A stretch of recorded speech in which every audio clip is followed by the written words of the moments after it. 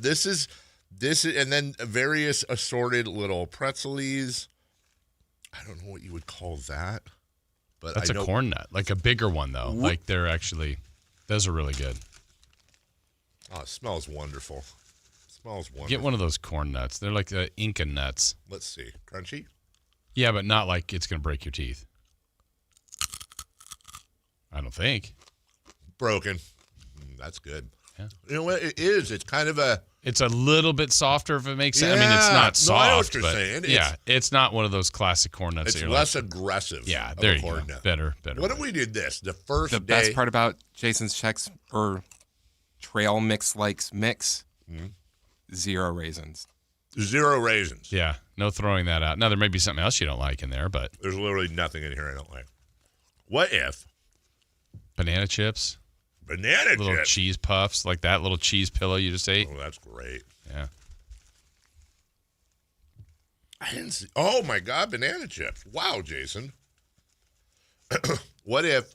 How do you think our boss would feel the day after opening day, but all we did was just eat your mix on the air? Let's give it a whirl. Well, that's fantastic, Jason. I hadn't eaten this morning. I told you, it's like maybe one day we'll do a Mount Great Feeling more. A Mount Greatest Unexpected Feelings more. And I had said to you off the air, like, I have a sweet tooth, so let's say it's like I'm getting ready to go to bed. It's like 9 p.m., ate dinner. I know we don't have anything in the fridge. By the way, I think every guy ever is guilty of you're standing in the kitchen. You know what's in the fridge, but you open the fridge. It might change. It might, in fact, change. Might have missed something. Last look. Maybe I've got a sweet tooth, and I'm just doing one last hunt around. Yeah. Oh, and I did not see that. I didn't see that. I go into the freezer. But usually I saw that. I move stuff around. Mm-mm.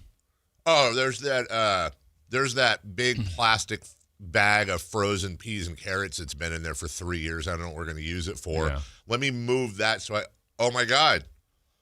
Is that an It's It? In the fridge? In the freezer. Yeah. Is that an It's It bar? It's It. Holy crap. And then you grab it just like a chipmunk does. Yeah. Whatever they eat. And you're like, oh, wow, this is actually 9 years old, but I'm eating it. Don't care. No expiration. I will also, I'm glad you brought that up, Jason. And good morning, everybody. Good morning. Good to be with you. I don't know what's going on and what again, we always talk about what my platform would be if I ever ran. I don't know what the rule is on expiration dates, but they are really inconsistent. Yeah. For instance, we talked about this before. Condiments, no expiration date on the little packets. Right. There's no way of knowing, dude, if you've had that condiment for a year or 10 years, unless you're looking at the fonts have changed over the years. But there would be on a ketchup bottle. There would be on a ketchup bottle. Or but ranch or whatever. why not? Why not just a little, month and year on the pack? I have no idea. Yeah. But I've also noticed, too, there's other stuff. Like I'll pick stuff up in the fridge sometimes. And there are certain things like dairy and stuff like that's always going to have stuff. But, what was it the other day? It was, I think it might have been a sauce. I don't know. Again, another condiment. And there's no expiration date on it. Like, can I get expiration dates? And also, can you be clear? I guess if it says EXP, that's expiration. But can we get a standard? Like, I need expiration. I don't need Best Buy. Yeah. I don't need Best Buy. I need like a drop dead date. I need, literally, I need to know. You eat this after this, right? You're in trouble. You're done. Yeah. That's what I need to know is, okay, because at the same time, also for like breads, I'll go to the store and get some bread sometimes, take a little, put it back in this little package. And then I'm not at the expiration date yet, but I pull it out and you see those little telltale like white splotches or dare I say blue or purple that you got mold. Right. Well, technically it says I can still eat it. But I'm not eating mold bread. Yeah. I get weirded out. And I'm sure somebody out there's like, actually, Dave, that's what penicillin's from. It's good. No, I'm not eating bread with mold. Sorry, I'm not doing it. It's not going to happen. But then also like this flour expire? Bisquick? Right. Or some of those things that you might have that are let's see, like a boxed rice-a-roni. Yeah. Or a yes. hamburger, or like, Yes. where you going? Yes. Yeah, these are just dried noodles or whatever, dried pieces of rice that, it says February of 25. We're in October, but you go, I got to imagine that's probably still good. Yeah, I feel like it's fine. Yeah. But nobody knows. Right. Nobody knows. That's different than like a yogurt or a eggs or something like that. That's, to me. Yeah, no, totally. Because dairy you can't screw around with. Yeah. Dairy, but even then, I'm still a milk smeller. Like, doesn't matter what the deal milk is. Smeller. It's such a milk smeller. Yeah, like I need to smell the milk before I drink it. Yeah. I'm weird with milk anyways. I do drink milk, but also it's like eggs. Yeah. When I think about what it is, I go, what are we doing? Yeah. Like that honeycomb. Yeah. That was I bought it from the store, but like if in a few months I'd forgotten about it, I guys, I didn't eat that as cereal. I put it in the mix and I go, the date's passed. Just taste one. You go, it's still good. It's still good. Or, no, that got a little bit stale. And it's like, okay, we're done with that one. I think I heard once, I could be wrong. Like I don't think honey can expire. Oh, honey itself. Yeah, you know what I think? Yeah, it doesn't. I think it kind of changes. Yeah, no, but because there's other stuff yeah. in the honeycomb cereal. But yeah, honey doesn't expire, has a nearly infinite shelf life. Wow. So here's my question, right? Is because we've seen it, I've seen people opening like 300-year-old. Actually, I thought I saw somebody open up like 1,000-year-old like clay pot of wine once on a one of them archaeology things. Is there like 1,000-year-old honey? Probably. Does honey age like wine? Is like 50-year-old honey better? I don't know. Are there honey collectors? I'm sure there are. I love honey. There's collectors of everything. Honey's great. It really is. I always have honey in the house. But then again, also honey, I don't know. Is it bee barf? Is it bee diarrhea? I don't know what it is, but I know it excretes from a bee. That's weird. When you really think about it, that's weird. I don't like excretes. I don't excrete, and that would actually be a great one too. Mount Grossmore, like words that are completely normal, like moist. That triggers a lot of people. It doesn't trigger me. Moist gets a lot of people. Excrete. You know the word that it means nothing bad, and there's nothing wrong with this word, but I think it sounds dirty. Is gulch? Gulch sounds dirty to me. Gulch 100% sounds dirty to me. Doesn't he do the news on? Gulch and Dart, yes. But everybody wanting to talk Kings basketball already. Oh, we got time. Yeah, we need to ease in. We got 81 more of these babies. Everybody pace yourself. Yeah. Pace yourself. I don't know. Oh, I watched the first half. So we're good, right? Yeah, we're yeah. Yeah. It was good. It was 71 to 54. Yeah. And that's what how could it go ended. wrong. What could go wrong? Everything went well here last night, I assume. Yeah, TV did stay on the whole game. Hanging out here with the high flyer, and there were moments where it went. I mean, actually, everything went fine. It was fine. It was fine. Yeah, there were moments. Sure, I want to know about them. I'm talking about the game. Yeah, there were good moments, but it really matters about the end moment, and so that's the takeaway. The reality of things. Yeah, I wonder what the mood of the audience is at this point. I think we're still in feeler out phase. Well, I did this exercise again yesterday, which for me is helpful. The one where you put the one leg over and you turn to kind of stretch? It helps the back. Yeah, I know it does.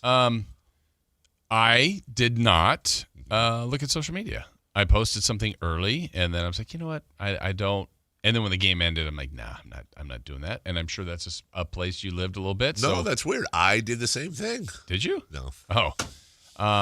So you would have a little bit of a gauge, even though that's not the entirety of the audience, sure. But that is a portion. That is some. That are people that are feeling the here and now. Like, I'm sure first half tweets had a different tone than second half tweets and post game tweets. That is yes. Although. Which to me is always a funny, like, had I gone back to read it and look at stuff people said, I've been like, wow, same person tweeted this, then tweeted that, or, whatever. I think it also depends on So, for example, if you, let's say you are, let's say you post a lot about politics and you're it's very clear which side of the aisle you're on, right? Okay. So if you post certain things, you have, through the years, most likely curated your feed to many that are like-minded. Yeah, close to matching. So I feel like my mentions might be a little different than your mentions, just simply because, excuse me, we both talk Kings, but I'm going to probably get more of the "this team sucks" crowd. Yeah, but I guess what I'm thinking Not of that you is, don't. yeah, I would say, well, I'm definitely less of a volume shooter. But I mean, I read most everything when I'm on there. I read, but so it's more about the people I follow, and it's like, and that could be anyone from Kings fans to a lot of Kings media and national media or just whatever. And so, I would say early I saw some stuff, but then after I posted, I'm like, I think I just posted something about Nick Clifford's first basket. That was it. I can put a timestamp and go, first basket for the rookie, Nick Clifford, whatever. And boom, it's in the left archive. in the second quarter. And We have marked his debut. And I was going to do some more as the game went on. Then the game started to change. I'm like, I didn't really have any little factoids. And I'm like, What do we want to take opening night? Do we want to take just a quick over-under from the two of you on, shall we say, just purely in-game tweets? By you? About the Kings. Sure. Okay. I'm gonna not over under, but we're trying to guess the number of tweets you made. Yep. So not replies or counting replies? Good question here. Do we count replies? Or Chris, how would you like to do it? Yeah, how would you like to do that, Chris? Do we count? I would like to do replies, but will we have enough time? Ooh. Well, let's do All right, replies. let's count replies regarding Kings. And now, is it between the hours of the game or up till like when you stop tweeting about the Kings, which is probably 10 o'clock? No, I think it should be from the start of the game until I stopped tweeting about the Kings and went to bed. And I'm going to guess you have not done that this morning? No. Okay, so it's last I night. don't think so. No, yeah, last night. 7 to last night. All right. I'm going to go with 42. I'm going to say 27. Oh, we got a big disparity. Well, big disparity. Okay, so my last pregame tweet was a picture of Amari Stoudemire and his giant python arms. Is that pregame? Yeah, that was pregame, I think, right? Okay. Yeah. Yeah, We'll go with it. Here's me talking about the starting Neek, which Okay. we won't. Do we count that or no? That's pregame. No, if it's pregame, Okay. we're And not then counting this was him right at the beginning of the game, it. Okay. before the game started, and then I think I got it. So then we're going to start counting from that point on? Yes. All And right. This So is your replies? my too? first in-game, yes, and my reply. Oh, yeah. What's the first? My first in-game tweet of the season was, I kept thinking Mark Jones was saying Iguodala. It Oh, really I sounded, did too. dude. It Yeah. really sounded like Iguodala. It was messing with me, but hey, that counts. I wondered why we keep getting the guy from A Few Good Men as a ref. Like it happens all the time. DJ Ford, I think. Yeah, I think you're right. Yeah. All right, 1, 2. This is not good basketball. That was 3. And that's in the first half. That was in the first. That was in the. That was like the middle It of was the first kinda quarter. sloppy It in the was beginning, really yeah. sloppy. I was proud of this one because Eubanks had a couple of early blocks. More like you blank if you try to score on him. Thank you. Wait, Didn't want to go with you, Block. no, because it doesn't rhyme. Leave the driving to us, Chris. Leave the driving to the professionals. 1, 2, 3, 4, 5. Let the Westbrook era begin. And by the way, that wasn't even snarky. That was when he checked in. I wasn't trying to be snarky. 5, 6, 7. Okay, this one's about Wemby. We don't count that. Okay, this one's about Davon Mitchell. We don't count that. We do? Do we not? I don't know. Okay, so we're up to 7. 8. Good timeout, Doug. This one's about Walker Kessler. We don't count that. Next opponent. That one's about the Spurs. We don't count that. 9. You got distracted. A little bit. Keep your focus. 9, 10. And then and that, by the way, that is the entirety of my in-game tweets. I haven't gotten to post-game replies. yet. Okay, I got a shot because right now 10. Chris is easily going to win. Okay. So we're at 10 in the game. 10. Now, first post-game tweet. 0-1, 81 to go. 11. 12th tweet. I'm going to keep telling you guys, it gets easier if you just accept it. And my next tweet, oh, damn. That was my response to the news of Terry Rozier being arrested this morning. Oh. 12. Wow. You counted replies? Way under. Oh, no. Sorry. I don't think I... Let's see. Okay, so I'm at 12. Hold on. 13. 14. All right, Chris is going to win. Excuse me. Hey. Somebody said extend Zach Levine. 15. What? Cough again? Or do it. Yes. Hold on. Okay. 16. Look who checked in. Logie checked in on one of my tweets. He said they went to sleep, meaning the Kings. And I said, or did the Suns wake up? They'd win if you'd finally come on the show. No response from Logie? Did he respond? I didn't check. By the way, on your there's a lot going on here because I saw one thing when you said your first tweet was the next tweet was about 19 total tweets. Terry Rozier. Yes, you saw the other person associated with that. I sure did. Much bigger story. Oh wow! So far this morning, the FBI has announced the arrests of Terry Rozier and Chauncey Billups in this gambling ringy thing. Hall of Fame coach. He's fortunate he made the Hall of Fame last year. Well, as always, innocent until proven guilty. Oh, I mean, yes. But I'll tell you what really got me this morning. We're going to talk about this, obviously, later. It is shocking to me that we have NBA players and coaches involved in some way in gambling. Like, who would have ever thought that would happen, ever? Because the NBA is very, very clear on their anti-gambling stance. You know, they don't. To be fair, I don't think anyone's saying anything about sports betting. What? This is a poker scandal. It's gambling. It is? Yeah, but like gambling's been around they're since saying sports it's not. has Yeah, no, I know. I'm just No, saying. but you can do that. You can what? You can gamble. Oh, well. But I think what are they doing? I think what he's saying there? is, and it's unclear, but the intimation here is like there's some sort of like poker ring, gambling ring type of. Chris, do you know? Because all I've seen is just intimations, and I want to be careful. Just headlines that they were part of a huge poker ring. But I mean, what's naive question? What's nefarious about that? For the only thing I can again have no idea if this has anything to do with them. I'm just answering your question. The only thing I can think of, and I also don't know the law at all, is that okay, but what if it's like poker ring that it's not regulated, it's not regulated, and then we're talking hundreds of thousands or millions of dollars, high stakes stuff where people are winning and losing money and not reporting it and blah blah blah. That's some sort of tax regulatory commission type of thing. Because the three of us and all the hosts have a monthly game at your house. Yes. It's like, really? Like, but I'm assuming there's a lot more money I don't know. Yeah. Yeah. Anyway. I got my first tweet regarding these arrests. Oh. That's good.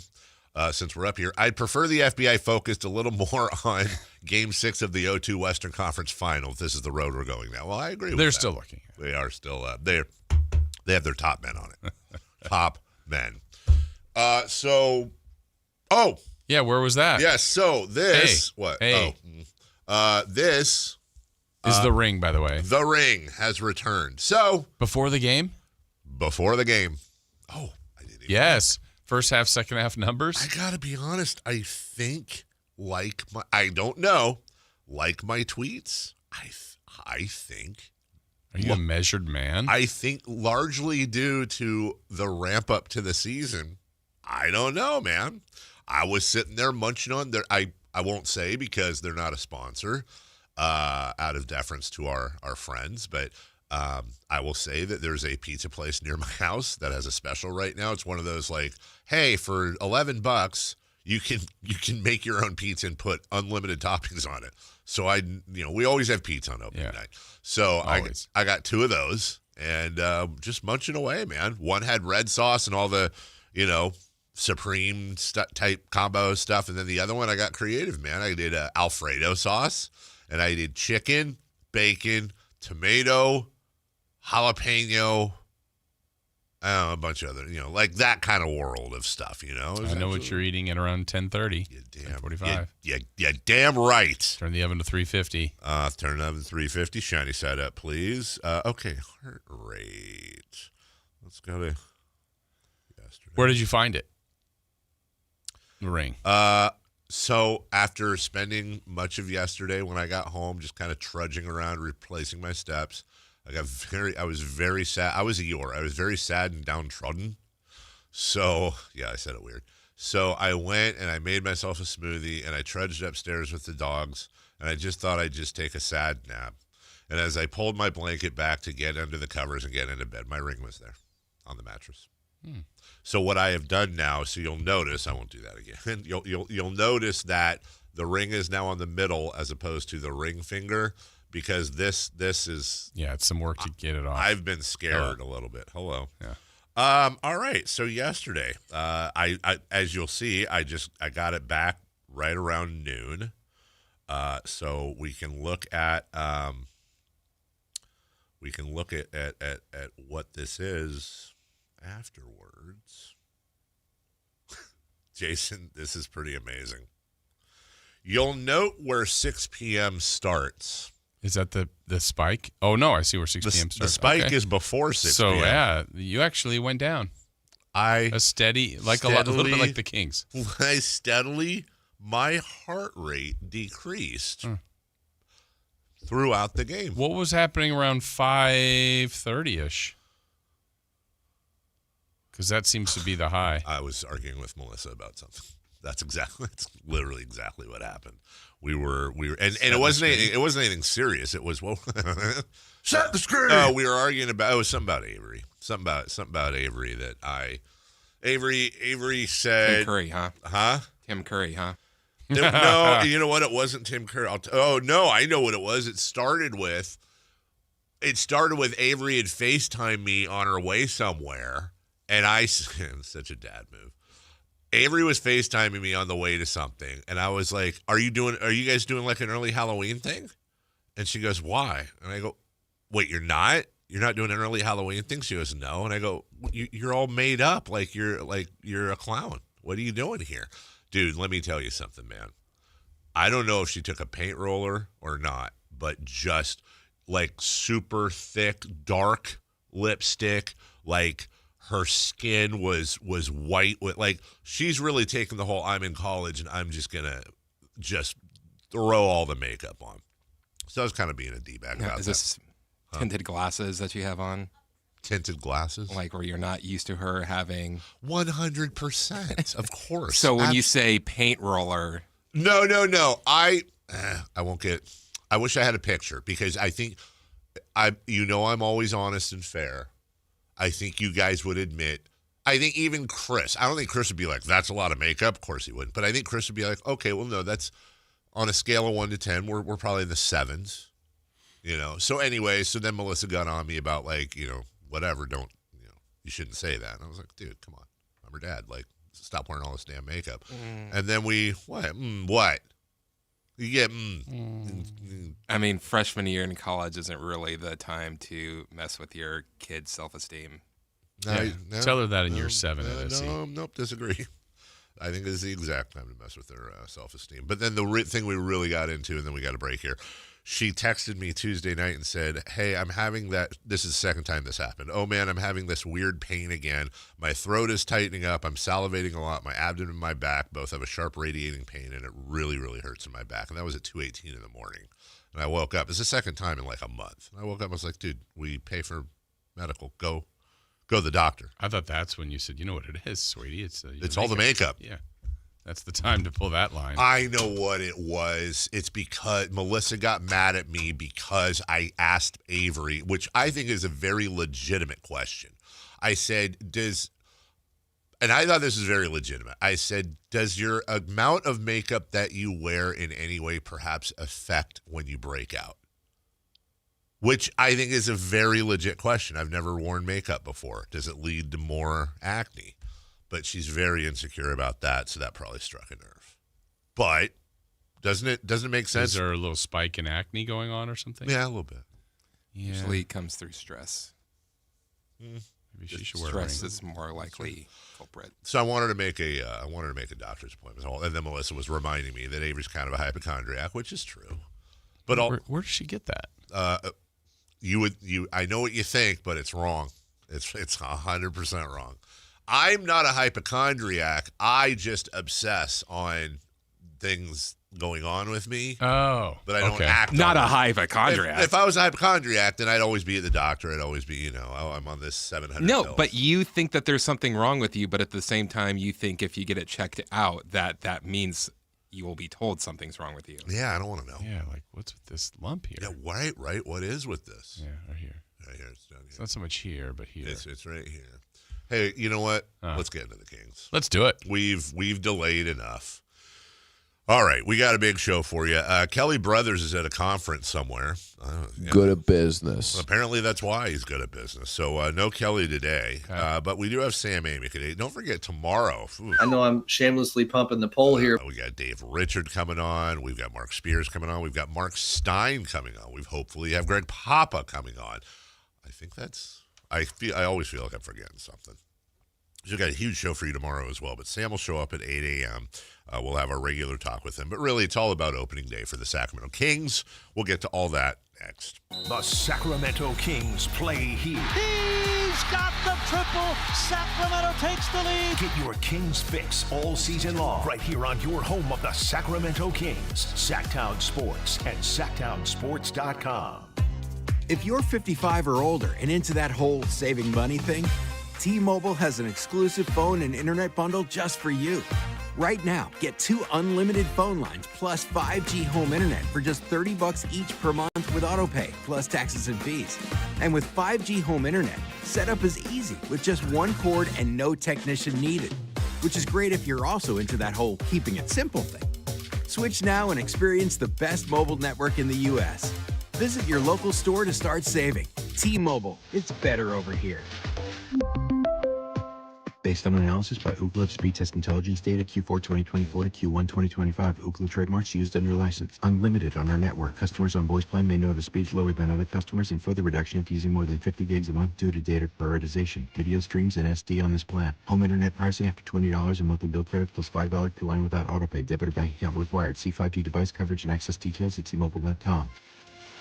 This is Holly Robinson Peete for Eggland's Best. Eggs are a staple in our diets, and there's only one egg with more delicious, farm-fresh taste plus superior nutrition. Eggland's Best. With more vitamins, including 6 times more vitamin D and 10 times more vitamin E, plus 25% less saturated fat than ordinary eggs. Available in so many delicious varieties, classic, cage-free, and organic. Eggland's Best. Better taste, better nutrition, better eggs. I found out that one of my players was vaping, and I said, hey, right now's the time to be honest with me. He said almost everybody in my team was vaping. The next day, all the parents came in. I said, how many of you guys think that your kids are vaping? Not one of them raised their hand. There's a joint fight to make something better. We don't sit back and let it happen. Coach Sanchez is exposing Big Tobacco's playbook. Learn how he and other Californians are beating Big Tobacco at undo.org. The excitement of the game is here, and so are the model year-end savings at Stockton Honda, the best Honda dealer in Northern California. Score big with low payments, more for your trade, and a huge selection. Don't wait. The clock is ticking at StocktonHonda.com. Anytime, anywhere, it's all here. StocktonHonda.com.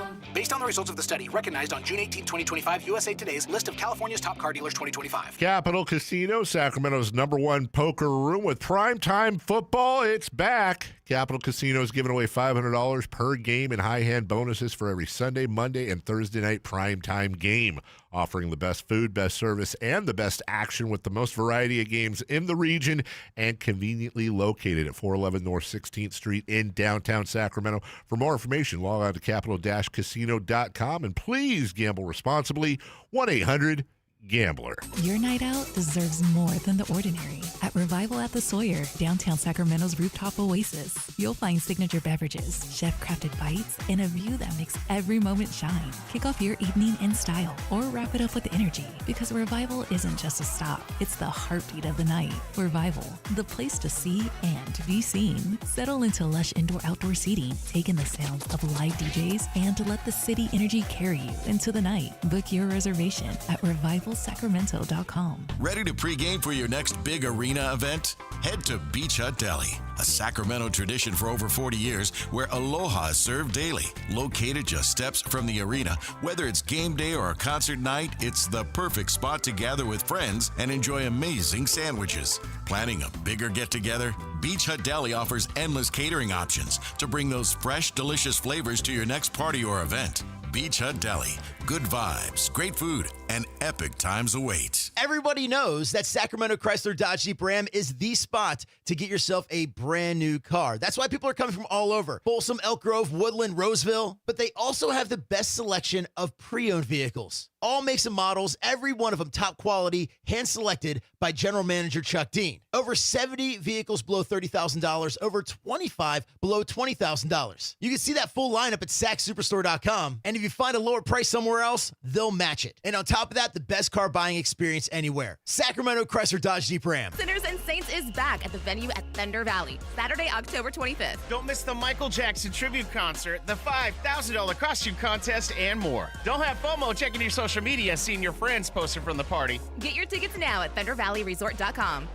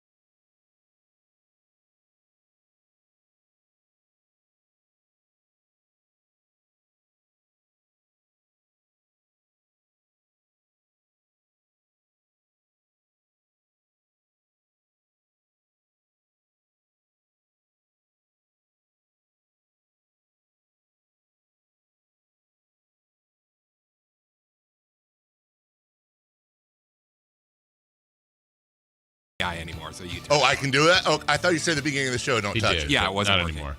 Gotcha. Okay. Sorry, everybody. Technical difficulty. I wasn't supposed to turn on my mic, but now I can. Yeah. Long story. The one time you remember. I mean, sorry. I'm going to replay that highlight since Chris wasn't ready for it. Looking and finding DeMar What? DeRozan. Backdoor cut. Levine. Two-hand. That wasn't the one? You're right. Okay. I thought you were talking to me. Got it. Here we go. Rip thrown down off the bounce. What's Coming happening? hard. We're Baseline off to a left great to start. tie the score. Hey, Zach Levine, a First big hoop of the year. How about Dennis Schroeder's first Sacramento Kings points, huh? How about that? And getting points as a result. Schroeder, 17-footer at the right elbow. Scores it. Nicely done off the dribble that time. Schroeder coming off a 25-point outing in the Kings' final preseason game. Uh-huh. Okay, looking good. Things are great. Up and under from Zach. Levine drives the baseline into traffic. Up and under reverse. Oh, a beautiful play. Running to the rack that time, Zach Levine exhibiting his tremendous athletic ability. All right. Malik Monk gets in the game. Westbrook wears number 18 in his Sacramento debut. Feeds it out to Malik Monk for three. Score the triple. Malik Monk from downtown.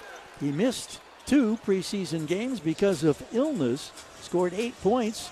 Okay, here we go. Second quarter. Kings begin to open up a bit. Dylan Cardwell getting in the game. 119 turnover. Cardwell comes up with it for Sacramento to DeRozan. To Keon Ellis. Open for three. He's got the triple. And the Kings are on top 34-19. Great start to this second quarter for Sacramento. My thanks to Pat Still over there, always trying to help us out.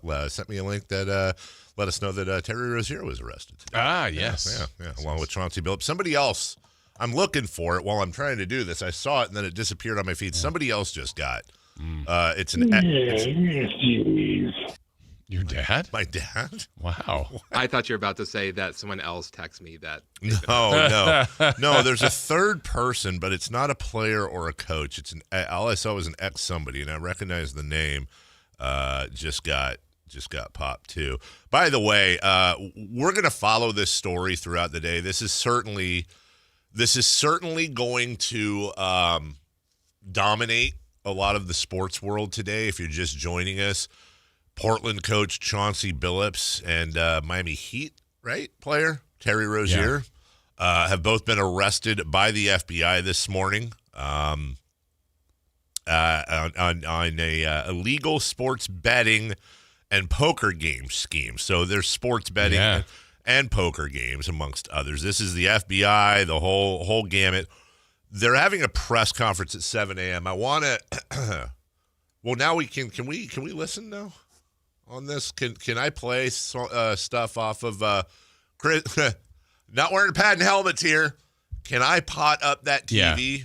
Yeah. If he has it up. Okay, so we have the ability to do that later on. All right, so I'm going to hopefully, I imagine somebody will be carrying that press conference live. We got a lot of stuff to get to, but that's during 3 for Madness, and we'll follow this for y'all throughout the day because it sounds like they're not done. It sounds like there's more stuff coming when it comes to all this. So we'll keep you posted. In the meantime, back to action. Back to Keon Ellis with a steal and dunk. The Suns, here's a steal on the breakaway and a two-hand flush. That was Keon Ellis in his full Tarzan mode right there. I want to shout out, I love it when our audience gets the subtle, like almost impossible to get references. So do you remember earlier when I said the word downtrodden, but I said it weird, which I think I just did again? And our guy Overcommitter on the chat says, Dave was doing the Pink Floyd pronunciation of downtrodden. And here's how crazy that is. He's 100% correct. I always do that. The line is from the Pale and Downtrodden from the Pink Floyd song On the Turning Away. Hey, I've always done that. That's literally where I get that from. And for I pay my taxes. That's old Pink Floyd? I guess yeah. So. What? It's like 50 years old. No, that came out in I think that was 89 is when no, I think it's the album was called Momentary Lapse of Reason. So 36 years old. With On the Turning Away, Dogs of War. Okay, 36. It's not 50. Let's get back to the action. Speaking of 50, Russell Westbrook checked in. What? And started his Kings nice career. Cut inside. Westbrook draws the foul and scores. Great entry pass that time, coming from three-point range in the left angle from DeMar DeRozan. And Russell Westbrook has his first points in a Kings uniform. DeMar DeRozan. Nick Clifford was in the game. He got the start, and he got his first score here. Here's Nick Clifford driving it inside. Up and down move, a scoop and a score. He wanted a foul, didn't get it. Doug Christie pleading to Tyler Ford as Ford runs by him. Okay, so Nick Clifford, welcome to the NBA. Nick Clifford could also pass. Back down by Westbrook, head up, looking up the floor. Long lead pass, sets up an alley-oop, thrown down by Zach LaVine, and it was Nick Clifford on the receiving end of the long full-court pass from Westbrook. 68-49. Well, these are all sounding pretty good. They are all sounding pretty good. Let's finish out the second half. Zach LaVine with a step-back three. One-on-one against Brooks. Screen from LaVine. LaVine pops, gets the feed, looks left, steps right, 1 on the clock, 3 on the way. He's got the triple. 2 seconds to go in the half. It's 71-54, and Zach LaVine has a 22-point first half for Sacramento. Okay. So we go into the break. It's 71-54 Kings. And that's where we'll leave the highlights for now. As we go to break. Okay. We'll pick up the second half, which was a little bit different. A lot different. And not only are we going to talk about how things unraveled, well, not only are we going to talk about in 3 for Madness at 7 a.m., and we'll finish these highlights here as we go into 3 for Madness. I have one of those old-timey stupid sports radio questions, but I think it's legit. How much of it was the Kings let things go in the second half? How much was it that Phoenix woke up in the second half, and what does that teeter-totter look like? And also, I didn't plan this. I planned on talking about this. I didn't know there were going to be massive gambling arrests today when I thought about this last night. That Zach LaVine two-pointer at the end of last night's game was insane. That they did not call that a 3. If for no other reason that it completely swung the betting line. I'm not saying there was a conspiracy and the ref did it on purpose. What I am saying for a fact is that the betting line, the most taken betting line off of that, I think was 3.5. And what the hell was the final? 115, 114. No, that wasn't the final. Or 115, 111. I'm sorry. Yeah. That's a 4-point. Okay, that Zach LaVine 3 counts. It's 115, 112. You win if you took the Kings. Or was it 120 to 116? 120 to 116. Yeah, sorry, point, my bad. 4 points, but yes, that 1 point. Yeah. And Jason, I know you're. That was obviously a 3. When it happened live, I thought it was a 3, and then because you see his foot first, and then I go, I think he was behind the line, and then when TV finally showed the one angle, you're like, it's clearly a 3. And they didn't look at it. And I think what also became important later, I think when there was a scenario where they were at the line and made 1 of 2, but it would have made it a 3-point game. So had that free throw we're counted. We're going to talk a lot about that because that is a big freaking deal, and I am here. I got the energy to talk about that all the way till Of course I do. Carmichael Dave, Jason Ross, Christopher Lott. Hello, how are you? And I'm here to talk to you about my friends at American Energy Heating and Air, now known as American Energy Home Pros. That's right, home professionals. They don't just do HVAC. They don't just do air conditioning. They don't just do heating. Now they do plumbing. All the plumbing. Not some of the plumbing, all the plumbing, the sewers, the toilets, the showers, the whatever it may be. They do it. Because they know what they're doing. And now that's just yet another thing they can help you with from a company that's been in business since 1981, has been serving the greater Sacramento area with an A+ from the Better Business Bureau. Like, that's fantastic. Also want to let you know, on any full installation, they're going to throw in a free furnace. What? Yeah, a free furnace. On top of that, you can get up to $4,000 in rebates while the funding lasts. They're practically paying you to do this stuff. Give them a call at 916-520-9990. That's 916-520-9990. Or AmericanEnergyAir.com. American Energy, making the uncomfortable comfortable. We'll take a break when we come back. 4 Down Territory Quick Football, because we're starting week 8 before we get back to Sacramento Kings next. Download the Sactown Sports app. Sacramento sports in your pocket. This is Sactown Sports 1140. Guys, fall is here, and so are the all-new styles from Untuck It. We make the world's best untucked shirts, and this season's new arrivals are some of our best yet. From soft-brushed flannels to easy wrinkle-free cotton, every shirt is designed to keep you sharp and comfortable, whether you're layering up for work, weekends, or nights out.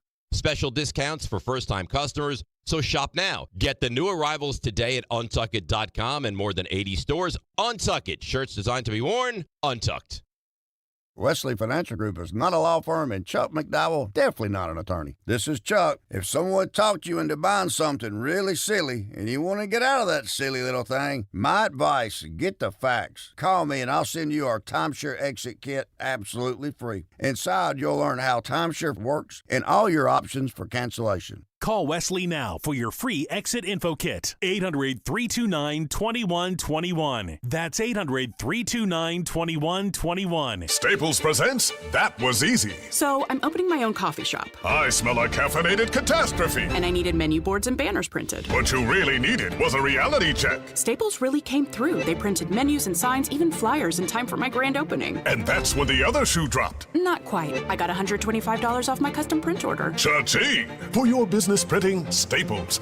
That was easy. Now save up to $125 on custom print orders. Valid in-store and online until 11/1. Exclusions apply. Visit staples.com/print for details. Wesley Financial Group is not a law firm, and Chuck McDowell definitely not an attorney. This is Chuck. If someone talked you into buying something really silly and you want to get out of that silly little thing, my advice, get the facts. Call me and I'll send you our timeshare exit kit absolutely free. Inside, you'll learn how timeshare works and all your options for cancellation. Call Wesley now for your free exit info kit. 800-838-6767. That's 800-838-6767. I've always wanted to learn French, but the app I tried didn't help.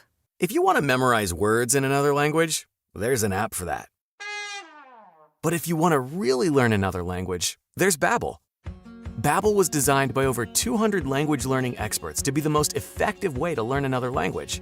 With other language learning apps, I was just playing games. I wasn't really learning. Babbel's different. Every time I open the app, I can choose to work on my writing, speaking, or listening. And it saves my mistakes for me to review, so I'm constantly improving.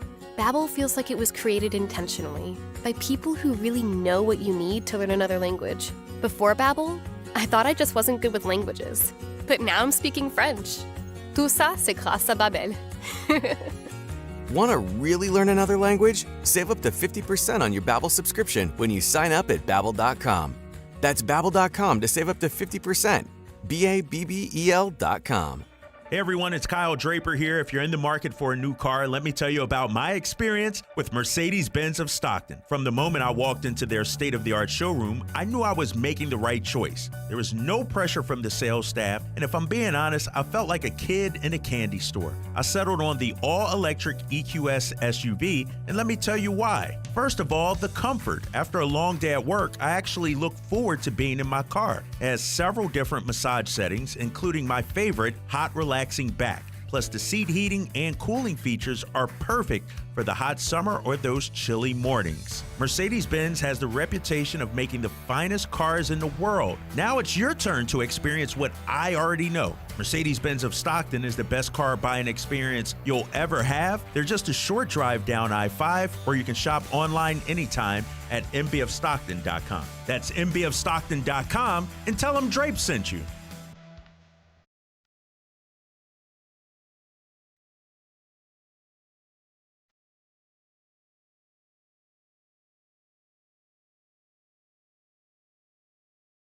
The Carmichael Dave Show with Jason Ross. Call or text at 916-339-1140. On Sactown Sports.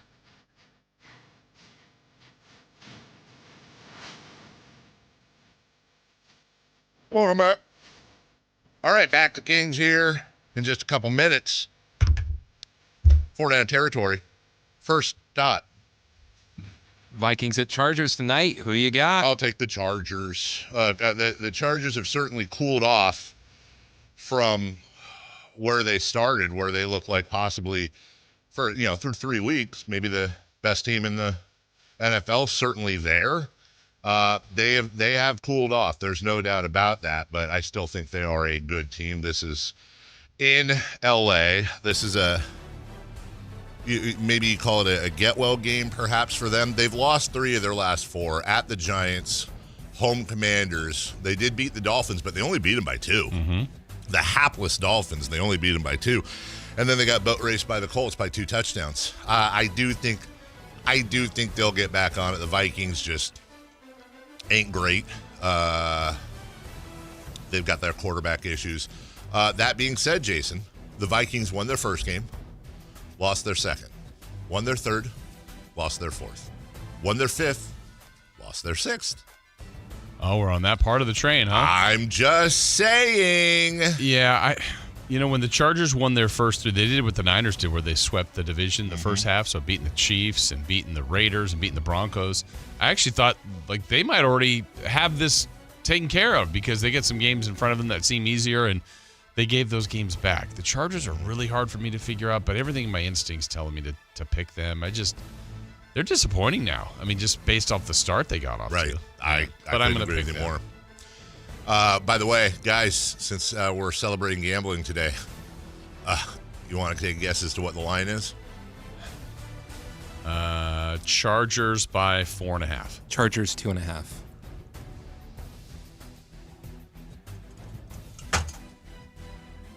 No winner. We have a tie. 3.5? 3.5.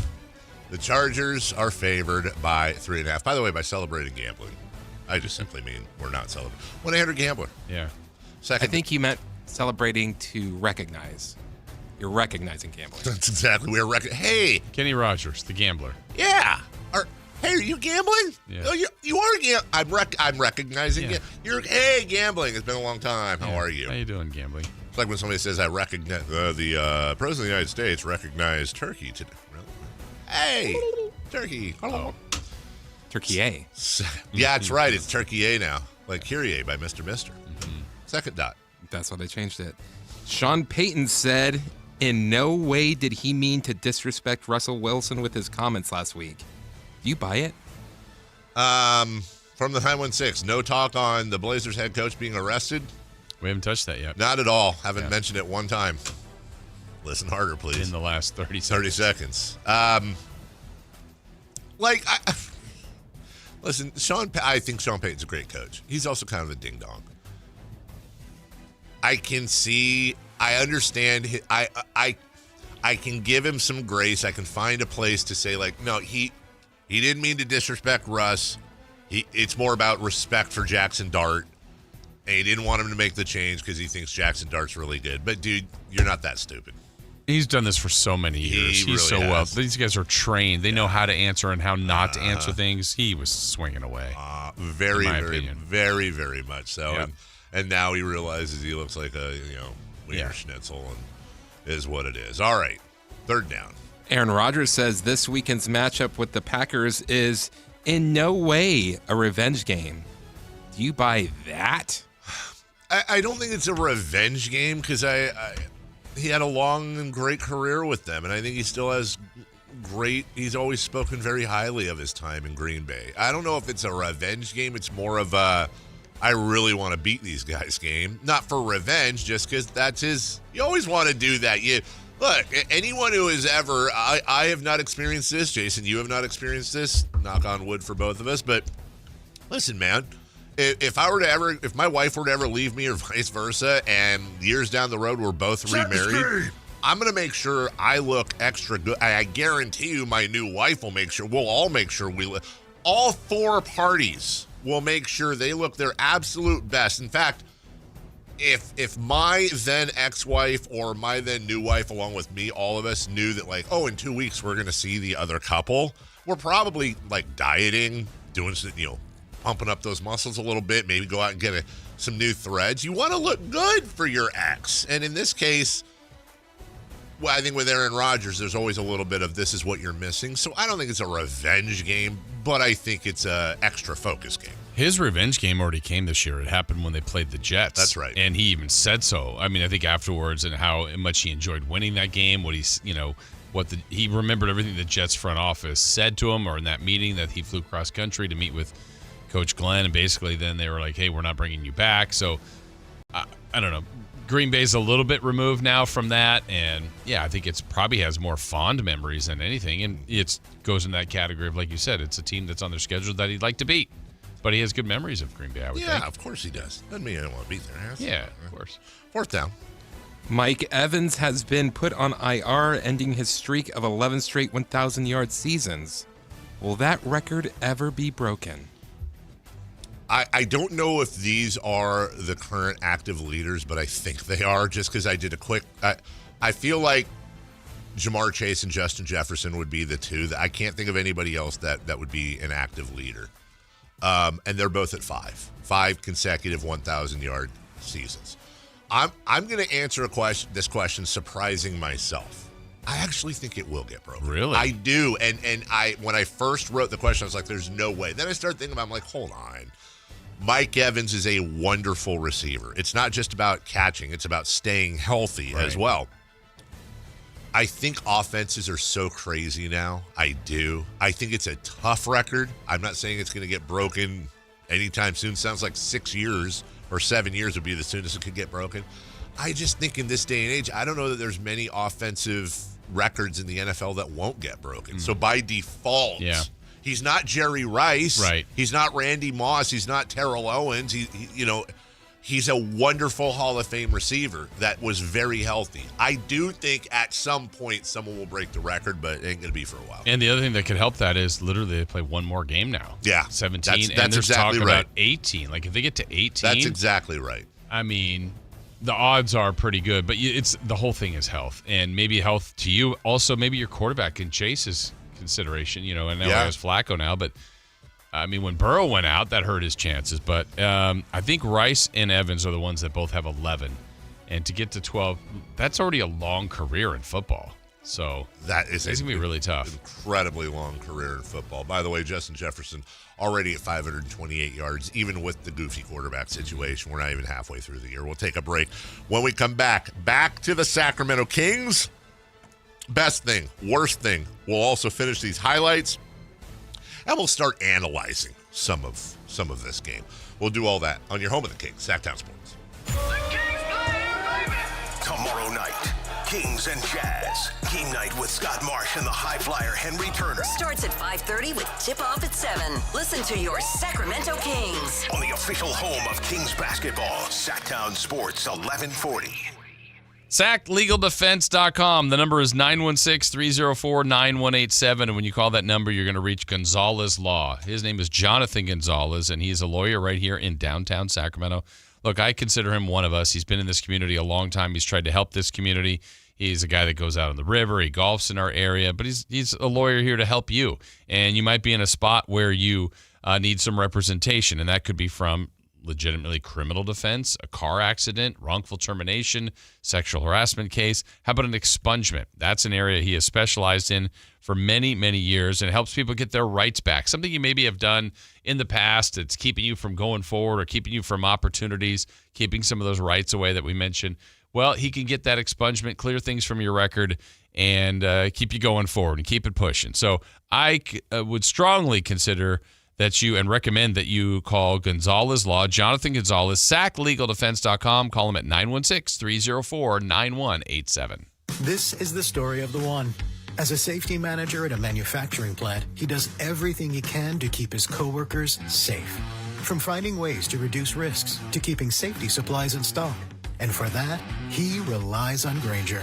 Grainger offers a broad range of quality products and next-day delivery, so he can always play it safe.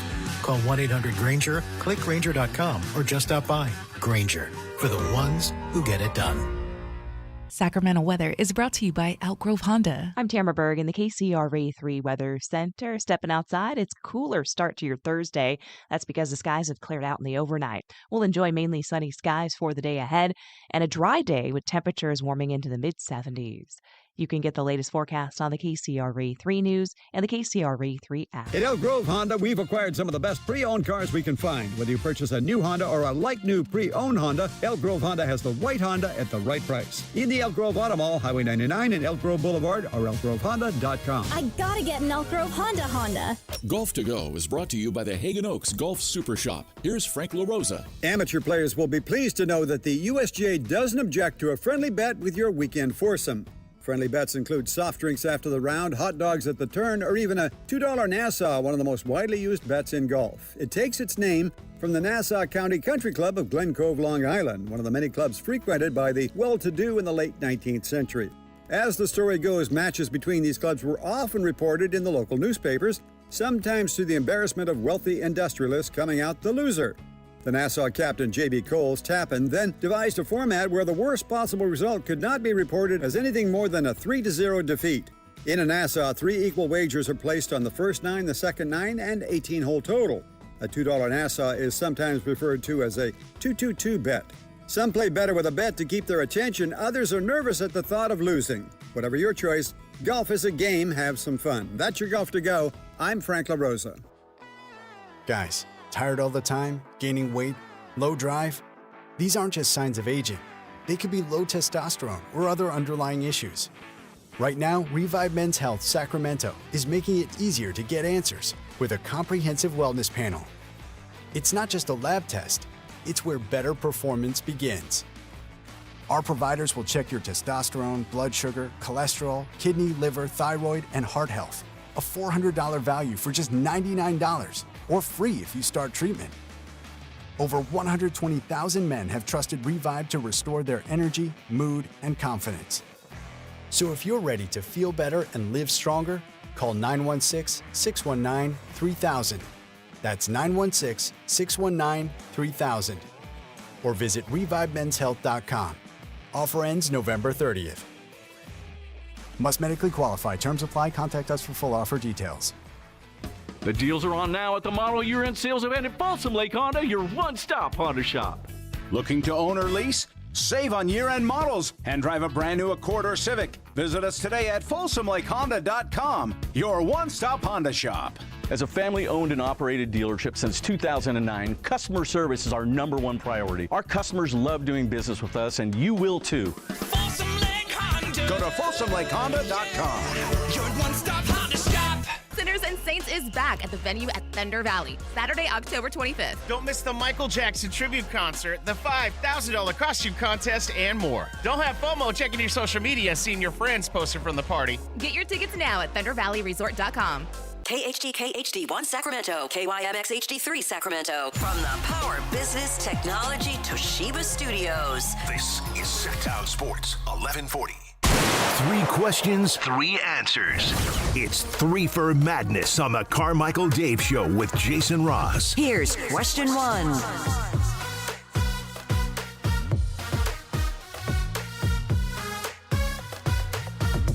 All right. Your Sacramento Kings coverage continues. I also... Wrong one. Wrong one. I just want to see if I can't find this press conference that they're doing on this sports gambling. It's supposed to be at 7 a.m. So we'll see if we can find it. And if somebody in the chat wants to make it simple and just text us a channel it's on. Again, I don't know that anybody's carrying it. I would imagine maybe they will nationally, but if we can find it, we'll, yeah, okay. Maybe.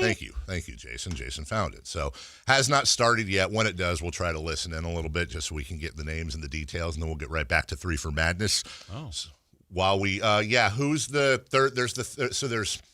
There's Chauncey Billups, there's Terry Rozier, and then the third person. I believe that's Damon Jones, former one time. He was one time a King. That's right. Yeah. It was Damon Jones. Terry Rozier allegedly rigged games in connection with this.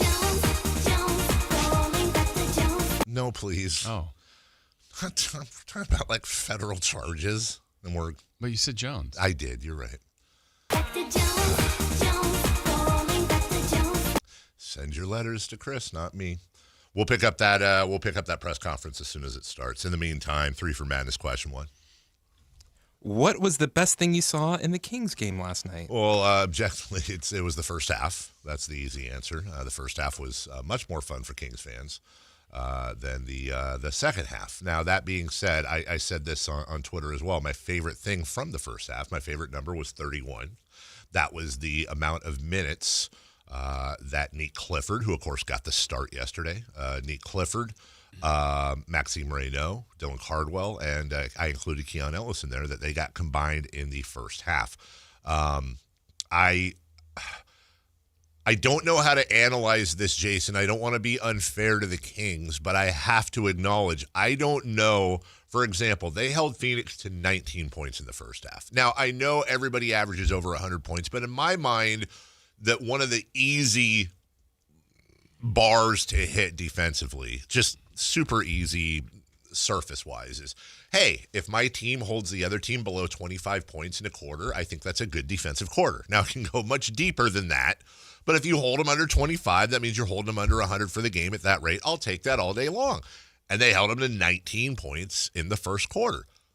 I truly can't tell you how much of that was Kings' improved defense and how much of that was Phoenix was just objectively terrible. And it might be a little bit of both. Right. So I enjoyed that. I really liked that Nick started. I really liked that when that was announced. And I thought their first quarter defense / Phoenix sucking was good as well. Those are my favorite things. Yeah, I thought early, despite the turnovers, I thought the way they functioned offensively was good. And what I'm going to point out is, like, for example, a guy like DeMar DeRozan had a really good game, statistically, but it wasn't in the way where sometimes when we watch DeMar DeRozan, we go, man, that is all ISO ball. It's just dribble the air out of the ball. I thought there was like a rhythm and a flow to him and to the offense and Levine, and incorporating Westbrook. That's the first game he's played with these guys. Neek, and they played. I'm going to end up using this answer maybe later as well, but I thought one of the good things was how many players they played. Yes.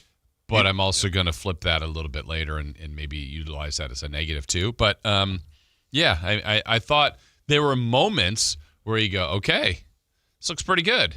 Now, obviously, it's about the end result, and when you lose a 20-point lead, there are far more moments that didn't look good. As we wait for this press conference to start, I saw this NBA statement somebody put out. The NBA is very concerned about the multiple arrests made as a result of the FBI's sports gambling probe. Use code multiple arrests for a 30% profit boost on a 3-leg parlay with DraftKings, the official gambling partner of the NBA. That's obviously fake. But that's really good work. That is a very good tweet in the sense of that kind of goes to as the text just said that I was just reading. Who would have thought that promoting and partnering with sports gambling sites would end up this way? Yeah. I don't know. Look, they're greedy. They're going to take the money. Every sport is doing that now, That's right. promoting betting and gambling, and they're going to tell you that you can't do it, but the league is promoting it. And I don't know how you put the toothpaste back in the tube. Yeah. I don't know how they're you not going to turn down that money. They're not going to turn down that money, but this is not the only time this is going to happen. Right. Number 2, please. Question 2. What was the worst thing you saw in the Kings game last night? I mean, first off, a lot of it just looked sloppy as hell. I thought the difference between first half Zach LaVine and second half Zach LaVine was horrific.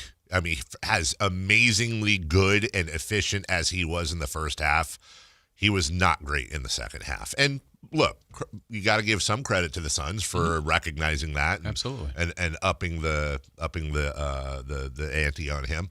Russ Westbrook made his debut. Now, look, let's give him a little bit of grace. The guy, started practicing like 20 minutes ago, but 2 of 8, missed both his 3-point attempts and a couple of turnovers, 6 points. He did have six rebounds, though, in just 19 minutes, but not great. That being said, the thing that bothered me the most, and what I want to do here is, let me see if I can't find, dang it. Do we have Doug in here? Yeah, but it's the full length of it. It is. Let me see. It might be at the very beginning. Let me see here. We got to make sure that we're taking care of the basketball. Can't survive getting out rebounded by 14, double up on the offensive glass. Got to find a way to box out, make sure that we're rebounding the basketball. Just the fundamental, simple things that we talk about. Scoring the basketball, we can obviously do that, but defense is where everything is going to happen at. That'll be better for them as well. Okay. Question about the rebounding, Doug. Obviously, without. Sorry, Katie. Look, when you are preaching defense more than anything, is that fair to say that more than other than culture? I think the buzzword has been defense. Agreed. What I don't understand is when you have a guy offensively who is 4 of 5 and has 9 points in 13 minutes. That's offensively. How does your best defender get 13 minutes? Right. What the hell happened with Keon Ellis? You can't preach defense. And he said at one point, I'm trying to find the clip here, that there was a log jam. Well, yeah, there's a log jam. But who's jamming the log here? What? You're log jammed up for. Is he playing? Are people playing ahead of Keon Ellis that are better defenders? Are people playing ahead of Keon Ellis last night at least that are more efficient scorers? He's any offense you get out of Keon Ellis is like almost a bonus. He's not Matisse Thybulle. He's not all defense. He does have offensive capability. But I'll tell you right now, I've landed on already in game 1 the thing that I'm obsessed with now, which is this. They did not extend Keon Ellis in the offseason, okay? That is still up in the air, and they can't even do it till later this year. But Keon Ellis, he is not the savior of this team. He is not an all-star, almost certainly. I'm not trying to play him up as the next big bad MVP. What I'm saying is a team like the Sacramento Kings, much like we were saying yesterday, I don't think a team like the Sacramento Kings can take a look at a lottery pick like Devin Carter, who is a defensive-oriented guard, and give up on him and X him out before he's played a full season. Well, he didn't play a minute last night. That's a whole different story. But I swear to God, Jason, if they just crap off Keon Ellis and the next thing you know he's thrown in on a trade or they let him go he's the exact type of player, not that maybe even you want to build around, although you could partially build around him, but more to the point, Jason, he's one of the nuts you collect as the squirrel for winter. Okay, this is a good nut. I'm going to put this in the collection. Now we have 3, and maybe we can have 4, and maybe we can have 5. Here we go. Here's the clip, quick 30-second clip of Doug after the game. Definitely. Even so, those too many turnovers in that first quarter. I think we had 5 or 6 like self-inflicted wounds. We got to make sure that we're taking care of the basketball. Can't survive getting out rebounded by 14, double up on the offensive glass. Got to find a way to. I already played that. It's pretty much the same clip. So that was the worst thing I saw. You can't give Keon Ellis 13 minutes. Well, and so that's where earlier I was crediting them for playing as many players. That's right. That's also a problem. And part of the problem last night, in one sense to me, the outcome was predictable. Yes. Not in, it's the Kangs in the typical way a lot of people would look at it. I looked at last night as much as anything as the loss was roster construction. 100%. You're 100% correct. Turnovers, sure. They made those. That's some new players playing. That's going to happen. Rebounding all game long killed them. 51-37. In fairness, their best rebounder in the league's best rebounder The best rebounder in the league, yes. Didn't play. Keegan's pretty good at rebounding. Yes. But even if they're there, maybe they win that game. I still think you have the roster construction problems that as the game goes along, you're playing small, so that hurts your rebounding. That's right. Let's get to your point on Keon Ellis. I have nothing to debate on that. I think Keon Ellis should play more. Yeah. But the way the roster is constructed, that's right. The argument would be let's bump up Keon 8 minutes. 21 would still probably be low, but you go, okay, that's shaving some off Levine, probably off Monk, off Westbrook, off Schroeder. You sign Schroeder. You're maybe going to trade Monk. Levine, you'd probably like to trade. Yes. Maybe it costs DeRozan some minutes. You're still sneaking in Neek. Yeah. You didn't play Carter. Yeah. This is going to be a difficult chore. That's right. So I think every game we're going to be talking about that where someone that didn't get a chance to play. Here we go. Here's the press conference. We're going to take a few minutes of this, Chris, if you can pot that up. Press conference starting now on the arrests. New York Special Agent in charge of Homeland Security, Ricky Patel. Newark Special Agent in charge of Homeland Security, Michael McCarty. Police Commissioner Jessica Tisch. Chief of Detectives Joseph Kenny, and the Executive Director of the Waterfront Commission, Phoebe Sorrell. I'm now going to turn the podium over to FBI Director Kash Patel. Good morning. Today we are here in New York to announce a historic arrest across a wide-sweeping criminal enterprise that envelops both the NBA and La Casa Nostra. The men and women up here standing with me represent a small portion of the leadership team that brought profound justice in an era that needed it more than any. I'll just highlight some of the details in the case and the FBI work, and then you'll hear from the others. But as you now know, individuals such as Chauncey Billups, Damon Jones, and Terry Rozier were taken into custody today, former, current NBA players and coaches. What you don't know is that this is an illegal gambling operation and sports rigging operation that spanned the course of years. The FBI led a coordinated takedown across 11 states to arrest over 30 individuals today responsible for this case, which is very much ongoing. Not only did we crack into the fraud that these perpetrators committed on the grand stage of the NBA, but we also entered and executed a system of justice against La Casa Nostra to include the Bonanno, Gambino, Genovese, and Lucchese crime families. And you'll hear more about those details today. The charges and the arrests that were taken down across this country range from wire fraud, money laundering, extortion, robbery, illegal gambling.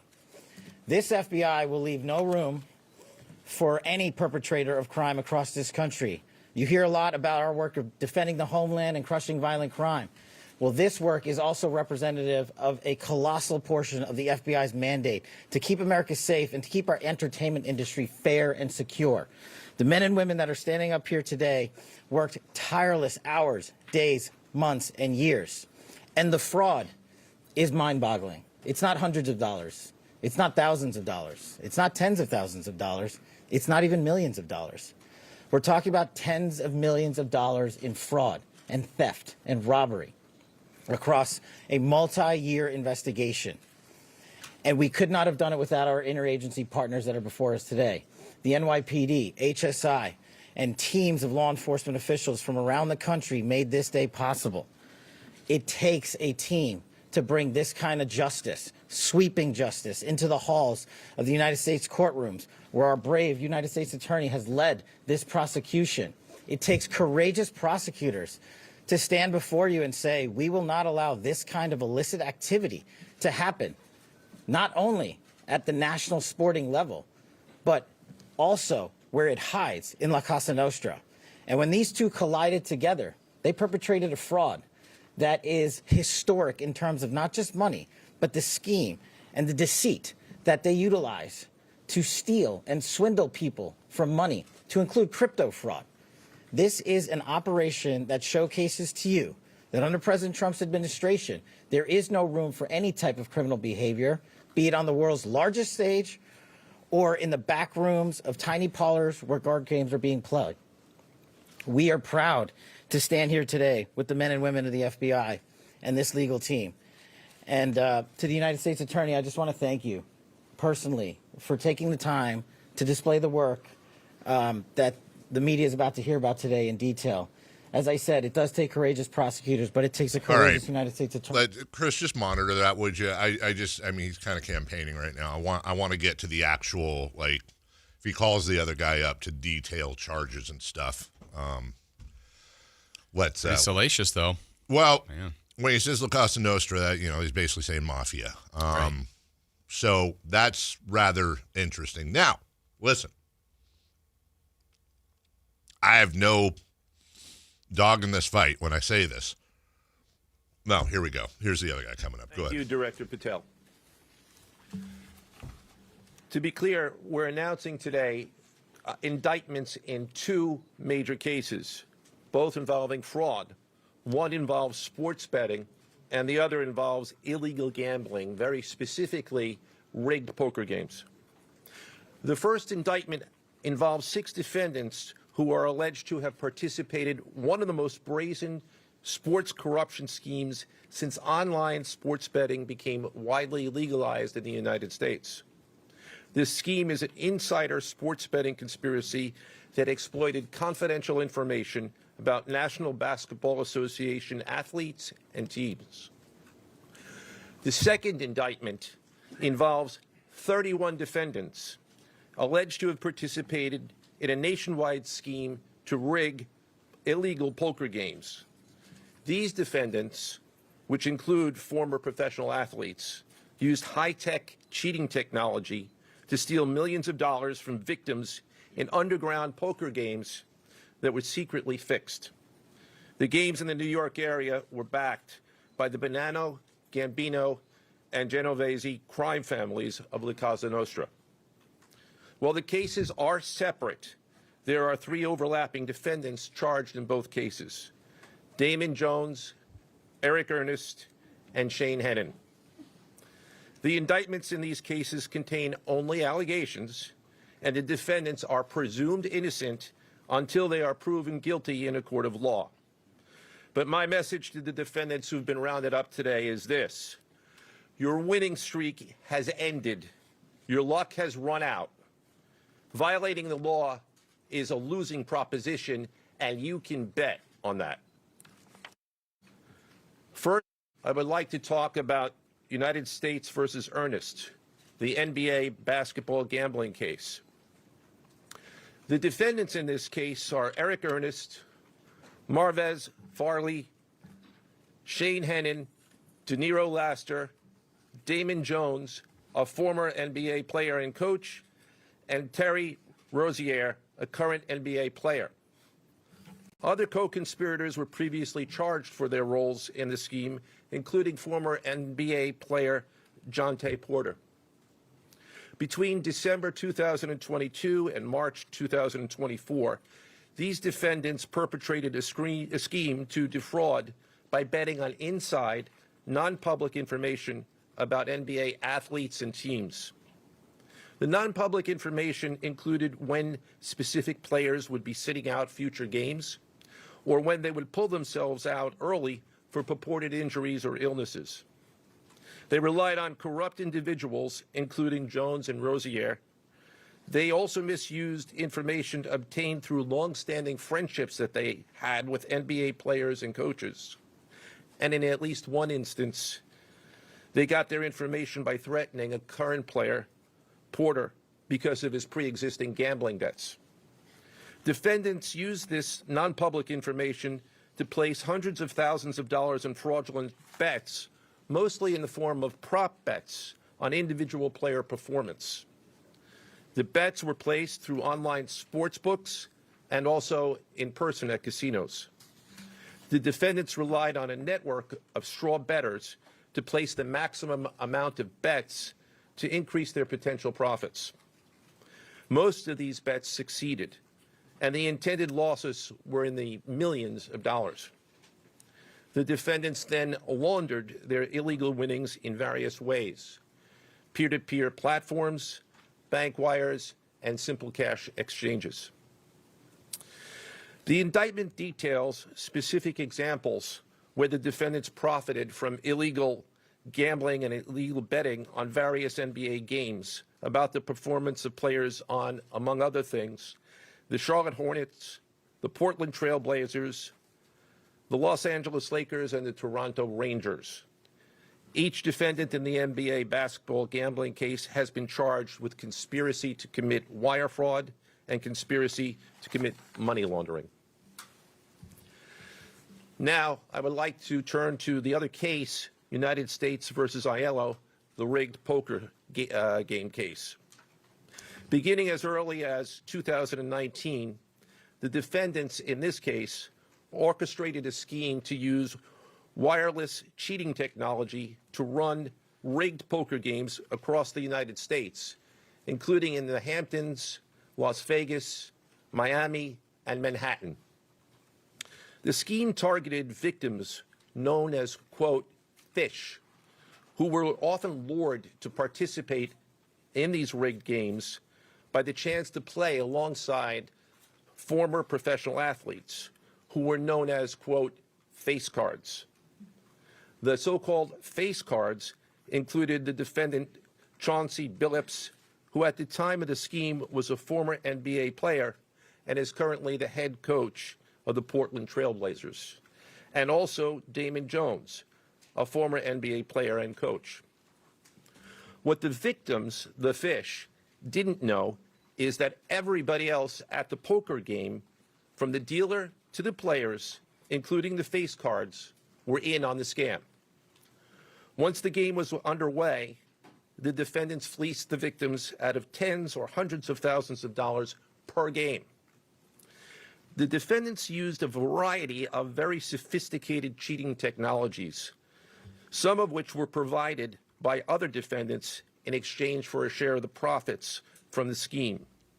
For example, they used off-the-shelf shuffling machines that had been secretly altered in order to read the cards in the deck, predict which player at the table had the best poker hand, and relay that information to an off-site operator. The off-site operator. Jason's really into That's fascinating. I was just seeing how long it take you to notice me making faces at you. Sorry. Oh, I didn't notice the faces. I know you turned your mic on. Oh. You were somewhere else. Yeah, you were. I was listening to It's him. fascinating. Yeah. No, it really is. And honestly, how do you think right now, I'm concerned with two groups of people, I should say. I'm concerned with Toronto Rangers fans. I'm concerned with Terry Rozier fans. Rozier the Ranger. And you can bet on that. Look, it's not. It's Your not luck has run out. It's not a funny situation. That's a movie line. I thought he was going to do a rhyme. It does not benefit you to, what did he say? Yeah, your luck has run out and you can bet on that. Like, I'm surprised we didn't get like the fake finger point at the camera. Just read the stupid charges and step down. Ding dong. There you go. So Chauncey Billups is a fish. We learned that. Or no, he's a face card. He's a face card. Where other people are fish. By the way, Damon Jones is in both. And he's in both. He's double dipping. Yeah. Here's where, okay, I don't speak for everybody, but I think I speak for the large majority of the general populace. We don't care about poker games getting rigged because that doesn't affect anything, whatever, fine. That, I mean, you'll read about it, but what people care about is I don't even know that people necessarily are going to get all worked up in a tizzy over prop bets and stuff like that. I think where we get worked up is players checking themselves out early, things that actually happen in game. Right. Well, you want to talk about someone who's got a lot of control on that. A coach? Yeah. Yeah, absolutely.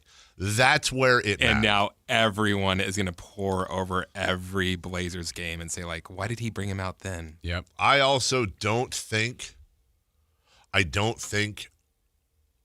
know if what I'm about to say is just a coincidence or not, but there is no world I can imagine it's coincidental that this is coming out the day after opening day.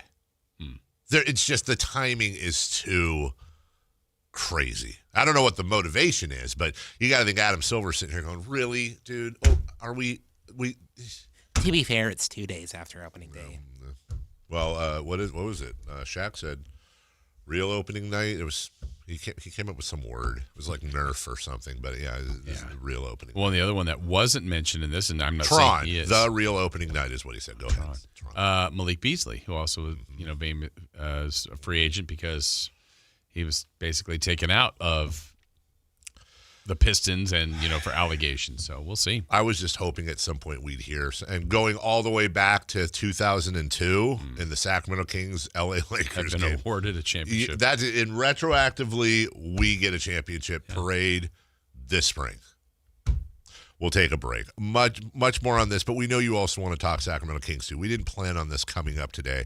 We'll talk about it a bit later. When we come back, it was supposed to be around the NBA, but let's get back into the Kings a little bit. Second half highlights and what we liked, what we didn't like. We'll do that next. The San Francisco 49ers play on Sactown Sports 1140. Touchdown 49ers! Every game on your #1 sports station. Don't miss the action on your local sports leader. Sactown Sports 1140. Hey, it's Carmichael Dave here talking to you about my good friends at American Energy Heating and Air. Now, they're upgrading their offerings to you to include plumbing, bringing that same expertise and experience into the plumbing space. They're no longer just heat and air.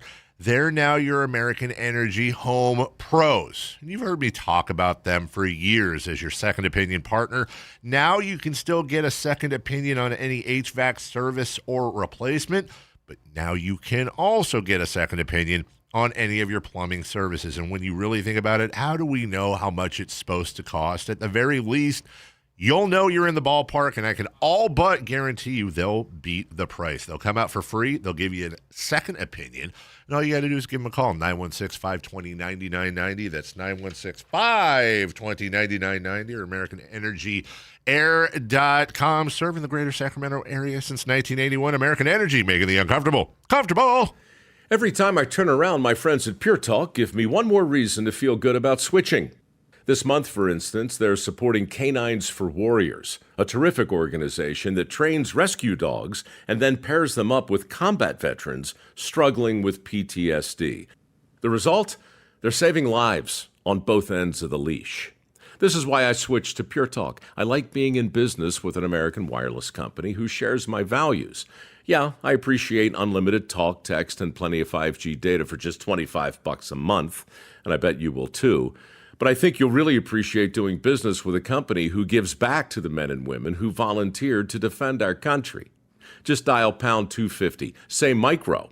With Pure Talk's U.S. customer service team, you can switch in as little as 10 minutes. Again, dial pound 250, say micro, to switch to an American wireless company who actually stands for something. Pure Talk. Toyota's legendary truck event is on, and the deals are legendary. Get low APR plus $500 bonus cash on 2025 Tacoma, or get a low-cost lease on Tacoma Double Cab, or get low APR or up to $3,000 cash back on 2025 Tundra. Get to your Toyota dealer now, because this truck event is gonna be Toyota. Let's go places. Offers available through TFS to buyers with premium-rated credit. Cashback available through TMNA and cannot be combined with other offers. Ends 11/3/25. With 25 award-winning years in Northern California, Ashton & Price is your local injury law firm. Pro attorney tip: if a firm presents as local but they're in LA, red flag. If your first consultation is not with a lawyer, big red flag. At Ashton & Price, your first consult is with a local attorney, and if serious injury prevents travel, a lawyer will come to you. Still not enough? George Washington's my uncle. At Ashton & Price, no red flags, just red, white, and blue.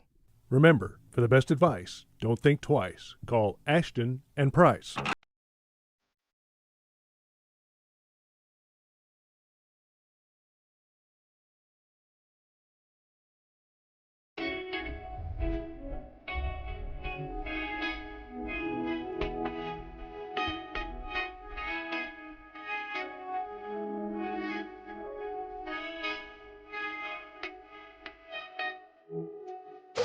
Waking you up with the best in local sports. They just make it interesting, you know? It's the Carmichael Dave Show with Jason Ross on Sactown Sports. And we'll have all the coverage for you if anything else pops up about this FBI, NBA, whatever poker betting thing. Although I don't know if this is related or not, but I was just reading a report in light of all this going on. Shohei Ohtani's left the country. Find the lie.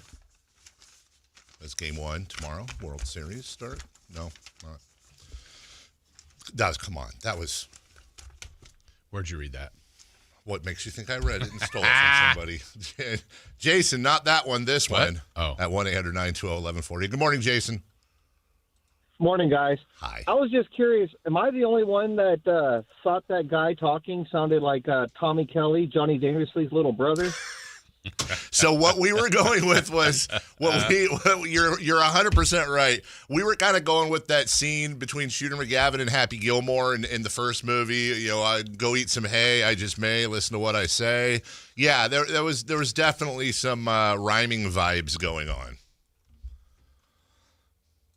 Oh, and that was okay, it. Back to you. That was we took his man. call once. Once. Johnny Dangerously is a good movie. Johnny Dangerously I've not seen that in forever, but it's it's a good. Farging good movie. Yes. It's still my favorite. I haven't seen. Is that Michael Keaton, right? Of course. Yeah, I haven't. Joe Piscopo. God, I haven't seen that movie. Mary Lou Henner. Forever. Ha ha ha. Well, look. MC will tell you on the chat. We go back and forth about this. I'm not the biggest conspiracy guy. I'm not. I generally think everything has a pretty easy explanation, and odds are the thing you think might be going on isn't going on. But my thinking is with conspiracy theories, if you can get the same result by someone just being an idiot, yes, that's most likely what happened. I think that's a pretty good way of putting it, to be honest with you, Chris. I think that this whole thing, I believe it's so much deeper, dude. I really, really do. There's so much weird stuff. We've talked about it before.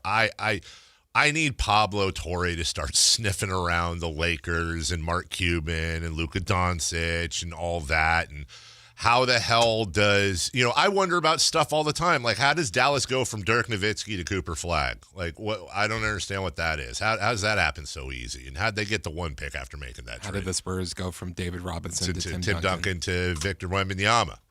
I don't know. But I look at stuff with a raised eyebrow all the time, like the Jazz starting lineup last night. I go, well, okay, well, whatever. Like, things bother me. That's a conspiracy? They stick in my head. Well, what the hell's going on with Walker Kessler? Did you see the game he had last night? Yeah. But why does it seem that every other day Walker Kessler is, they'll trade him for like a first-round pick? Like, is Walker Kessler really good, or does he just have occasional good games? I think he's okay. Maybe no, that's not fair. He's better than okay. But yeah. I mean, and you list the NBA centers. Where are you putting him? Out of 30, like number 1? No. Okay. I don't know.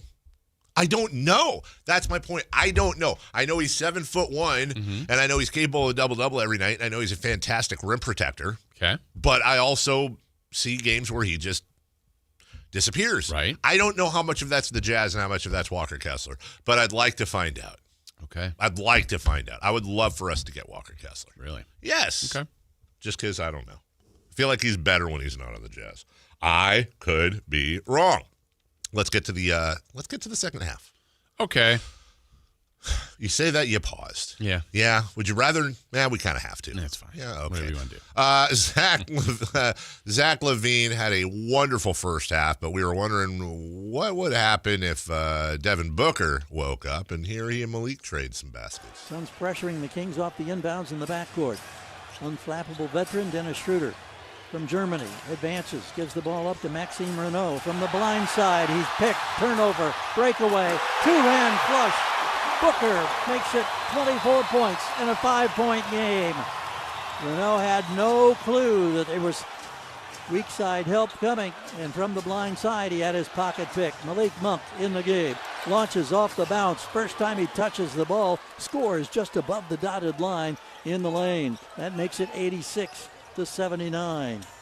I don't know. That made me laugh when G-Man said Dennis Schroeder from Germany. I was like, wow, that's a lot to cover. He's got to be tired. Let's just say in the third quarter and the fourth quarter, but really late in the third, the Suns just started going crazy. Grayson Allen did his thing, and here's one, forces the TO, hits a three, all that stuff. Booker with a drive and a kick, corner three, score it! Allen from right in front of the Kings bench. Doug Christie calls another timeout. Okay. Malik Monk might lead the league over the last 3 years in almost, oh my God, that's a posters. That was incredible. If I'm a pizza guy. I rewound that a little quick rewind. I rewound that like 4 times. You want to talk about conspiracies? Where are the pogos in his shoes, dude? How can one humanly jump that? Dude, it looked like he bounced off of springs. Yeah. It was insane. And by the way, and where he was coming from. Yeah, and how far he brought the ball back. And he almost got it. Right. And I swear to God, he's had like 10 of those. Yeah. And just like on memory, not like obviously this didn't happen, but just thinking back on it, it felt like he was looking down at the rim. Yes, I think he was, dude. Here we go. Here's that play. Shot clock at 3. Malik's got to go. Gets inside. Goes for the hammer. It's no good, but there's a whistle for a foul. He was fully extended, and I mean fully extended, trying to ram that one down with a right hand against Grayson Allen. Okay. So Zach LaVine hits this shot. This is a very important shot. We talked about this earlier. Late fourth quarter. It is 116-111. Malik Monk will put it in play. Far side of the floor. Front court to our right. Inbounds to Schroeder. Not much time. Gives now to LaVine. Up fake. Tries to draw the foul. Scores the 3. There was no whistle for contact. But LaVine, who's been cold from downtown, hits the triple. Now a foul is called on Zach, trying to steal the inbounds pass, and will walk to the other end, and the Suns will go to the free throw line. All right, I want to go back to this press conference real quick and see what they're saying right now. Several well-known organized crime families rigged high-stakes poker games across the country. They just said that they're going to the poker stuff now, but they're covering the NBA. Basically, the NBA cleared Terry Rozier, right? I believe so. They are, this woman here, Jessica Tisch, is naming specific games where Wow. Where like they said like the money was brought to him through this type of situation, which is like, oh man. Well, that opens up a whole can of worms I hadn't even really thought of, is that, to your point, Chris, the NBA cleared Rozier. And then the FBA is laying out these specific games with these specific instances. At some point, somebody in the NBA is going to have to explain, okay, walk us through the process of how you cleared him. Walk us through the process of how this, and this happened, and you didn't find, again, if that's how it works, and you did not find enough to not clear him. Yeah, and then like we said earlier, Malik Beasley is not cleared at the moment. The Ballmer thing seemingly is gone. And then these are all separate things, but it's like at some point, what's that going to be addressed? The league is, they got, which is good that we have Sam at 8 today. We got Stein and Spears tomorrow. There's going to be more on this coming up. That's a great promo, Jason. We will have a lot of national NBA coverage perspective coming over the next 24 hours of here. But man, oh man, The NBA is, and I expect to see Mike Bass, their spokesman, they're going to release a statement any second now that says, the NBA is cooperating fully with the FBI and all that. I think the quick resolution is anyone who lost last night gets a win. Yes. I 1,000% And everybody agree. won. Everybody Also gets a wins. win. Everybody's 1-0. Yep. Everybody's 1-0. We'll get back to that Zach LaVine play here in a little bit. But just yesterday. Sorry, Lakers, you're still 0-1. Womp womp. When we return, though, the debut of Kings Rewind. If you're saying, hey, I'd like to hear last night's game in a fun, exciting, and condensed manner, well, we've got you covered. The award-winning, by award, I mean it's my favorite NBA segment, number one, coming up next as we drive towards 8 a.m., the halfway point of the program, just like you can drive into a Hoblet, Dodge, Chrysler, Jeep, or Ram just right up there in Woodland. It's the Drive into Fall sales event. Let's talk about Ram 1500 crew cabs when it comes to getting the right truck options. Yeah, it's important. So this month at Hoblet, they're going to give you two options that'll save you thousands. Right now, save up to $9,000 off MSRP on brand new 2026 Ram 1500 crew cabs, or you can save thousands in finance charges with just 4% interest for 60 months. Oh, wait, I misread that. 2%. No, misread it again. 0% interest for 60 months. Yeah, I thought those days were long gone. Nope, not at Hoblet. They're always looking for ways to save you money. They have Northern California's best selection of Ram trucks with hundreds of new Rams available. Search, select, and save at HobletDodge.com. Unbeatable prices, unbeatable selection. Nobody beats Hoblet, period. Kings Rewind and much more coming up next.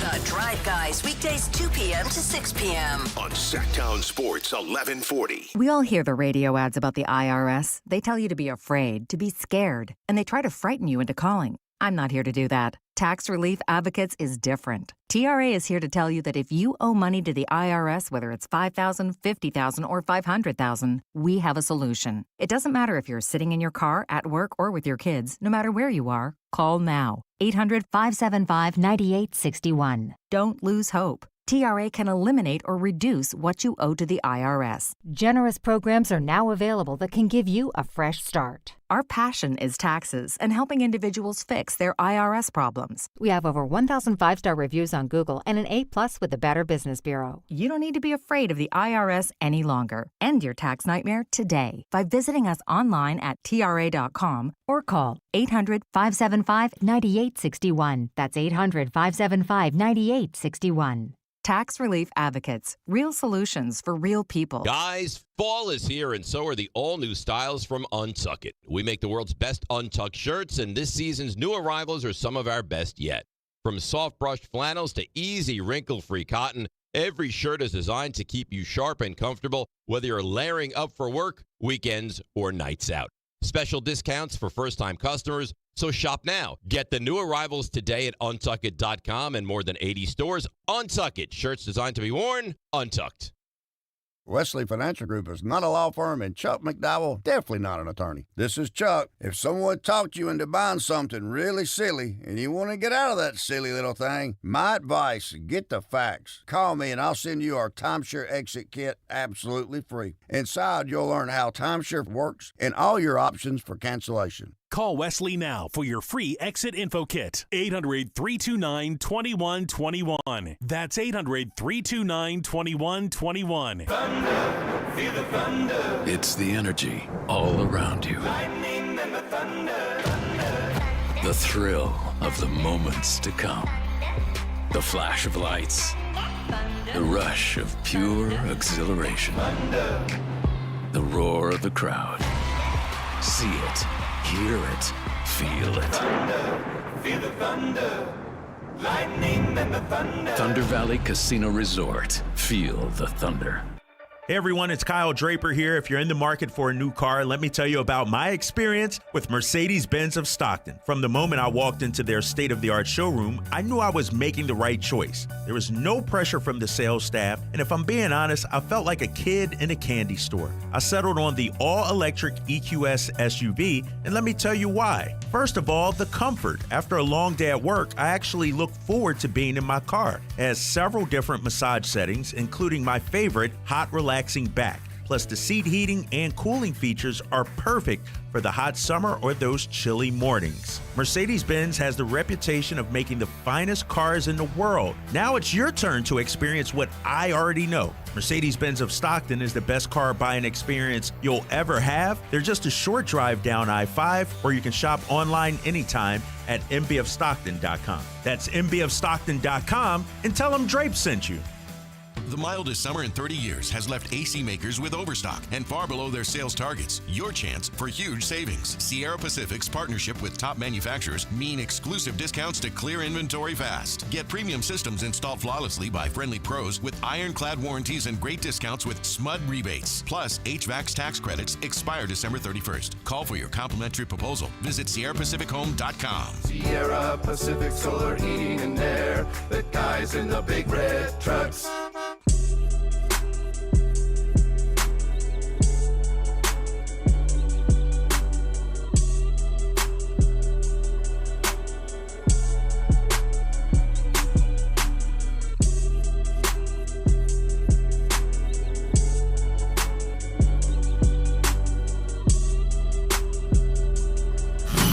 Only place in the morning to get your sports fix. Live and local. The Carmichael Dave Show with Jason Ross. All right, we got a lot to get to here with everything going on in the world of the NBA and sports betting and arrests and all of that. Sam Amik will join us later today. By the way, real quick. I know I'm shamelessly pumping the poll here. Terry Rozier's lawyer has released a statement. We've represented Terry for over a year. A long time ago, we reached out to these prosecutors to tell them we should have an open line of communication. They characterized Terry as a subject, not a target, but at 6 a.m. this morning, they called to tell me FBI agents were trying to arrest him in a hotel. It's unfortunate that instead of allowing him to self-surrender, they opted for a photo op. They wanted the misplaced glory of embarrassing a professional athlete with a perp walk. That tells you a lot about the motivations in this case. They appear to be taking the word of spectacularly incredible sources rather than relying on actual evidence of wrongdoing. Terry was cleared by the NBA, and these prosecutors revived that non-case. Terry is not a gambler, but he's not afraid of a fight, and he looks forward to winning this one. And you know it's true because the attorney for Terry Rozier's name is Jim Trusty. Ah. Yeah. God, that'd be suck. You can trust Trusty. That's right. If his name was Jim Dirty Liar, that would not. Or maybe it would. Yeah. Wasn't he a pitcher in the 70s? Dirty Liar or Trusty? Dirty Liar. They were battery. Pitcher and catcher. Kings Rewind starts right now, please. La la la la la la. Kings are 0-1. Jason. Well, hello, Rewind. Hi. How have you been? It's been so long. It's been 84 years. Well, I've missed you. It's been 188 days, in fact, since we last talked, but who's counting? 1, 2, 3, 4. Hey, count. How you feeling about our relationship going forward now that we're, back together? Starting to like this guy. Just kidding. I still hate you. Wow. We're back. Just so you know, I do have some new people that I'd like to introduce you to. Okay. We understand you recruited quite a team. The van's pretty full. You see, it's filled with American heroes with over 100 years of combined combat experience and a whole lot of brotherhood. Well, you should probably familiarize yourself with a couple of new faces like Dylan Cardwell and Maxime Reynaud. And you know this guy, he's a former MVP and future Hall of Famer. Yes, the Russell Westbrook. What the hell? Russell Westbrook? And take a long look at this fella. His name is Nick Clifford. He's actually going to become just the 8th King rookie in Sacramento era to start on opening night. Look at the baby, look at the baby.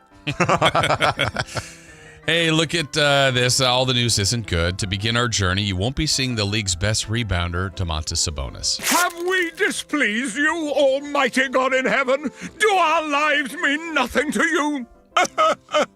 Hey, please do. Yeah, another one of your personal favorites, Keegan Murray, is injured, so you'll just have to wait on him. I'm fine, except I was impaled on a metal pipe. Oh, my God! Oh, and last thing, guiding the ship in a full-time role now is a name you'll remember, Doug Christie. Correctamundo. And the architect of this whole operation is now Scott Perry. It's Steve Perry.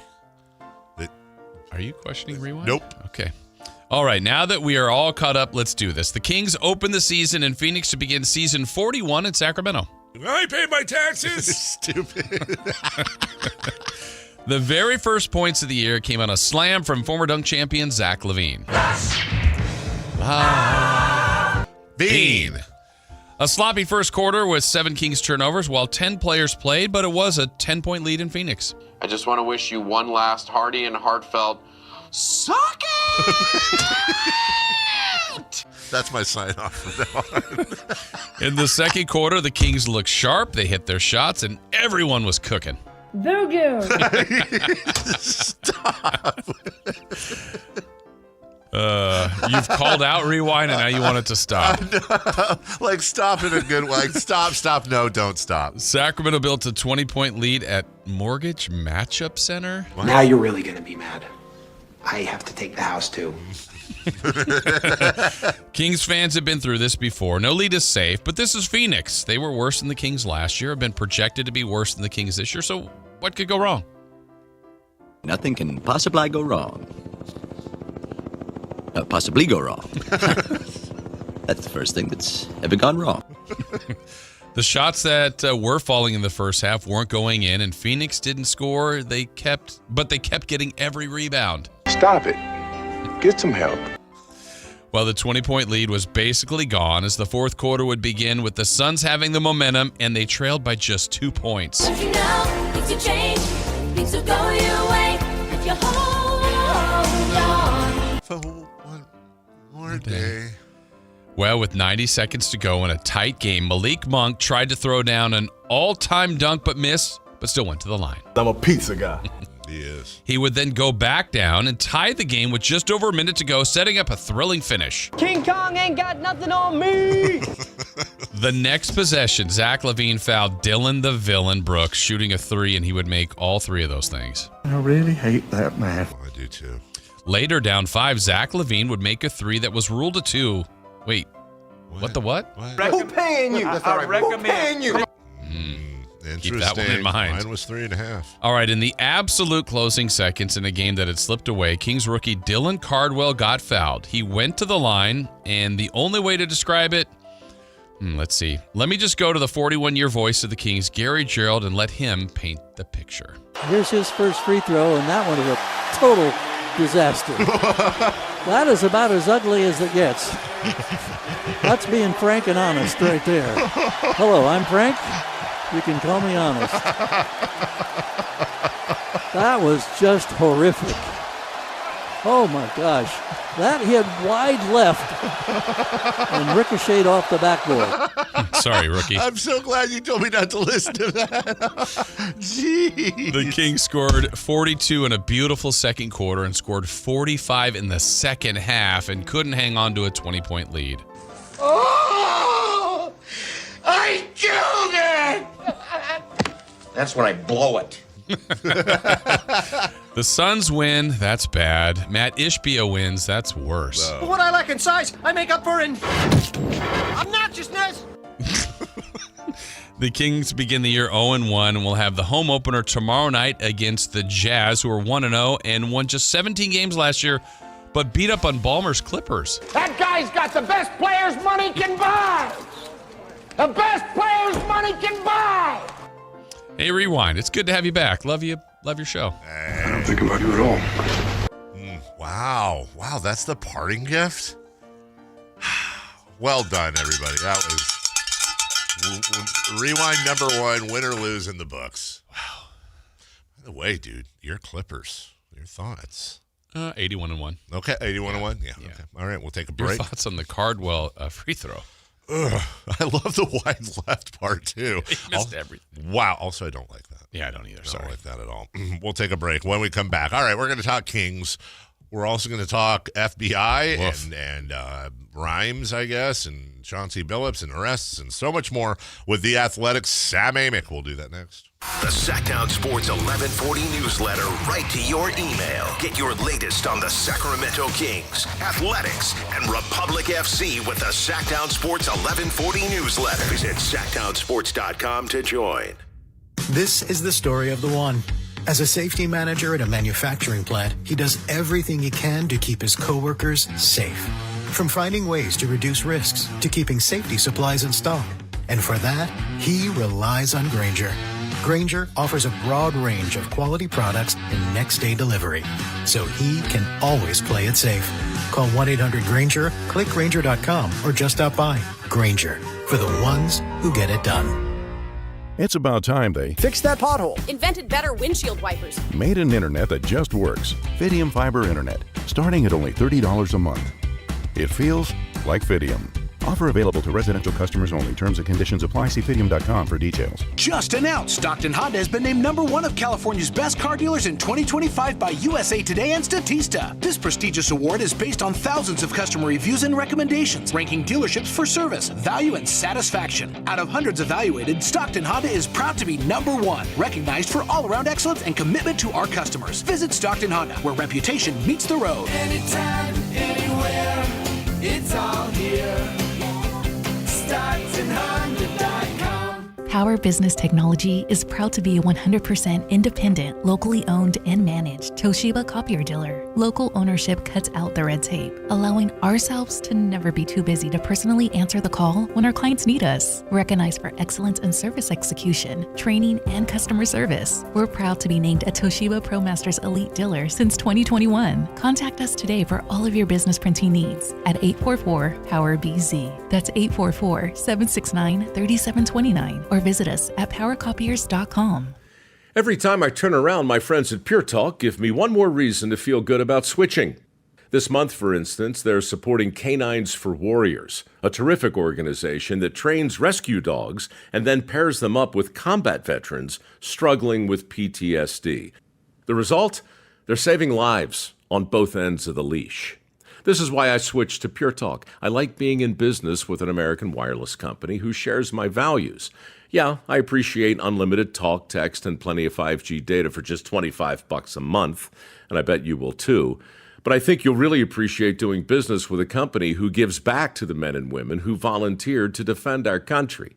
Just dial pound 250, say micro. With Pure Talk's U.S. customer service team, you can switch in as little as 10 minutes. Again, dial pound 250, say micro, to switch to an American wireless company who actually stands for something. Pure Talk.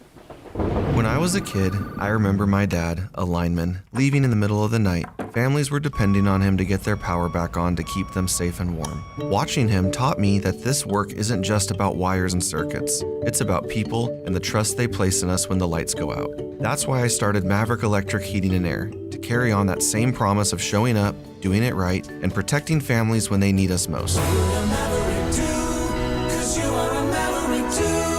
Visit callamaverick.com. KHD1 Sacramento, KYMX HD3 Sacramento. From the Power Business Technology Toshiba Studios. Sactown Sports 1140.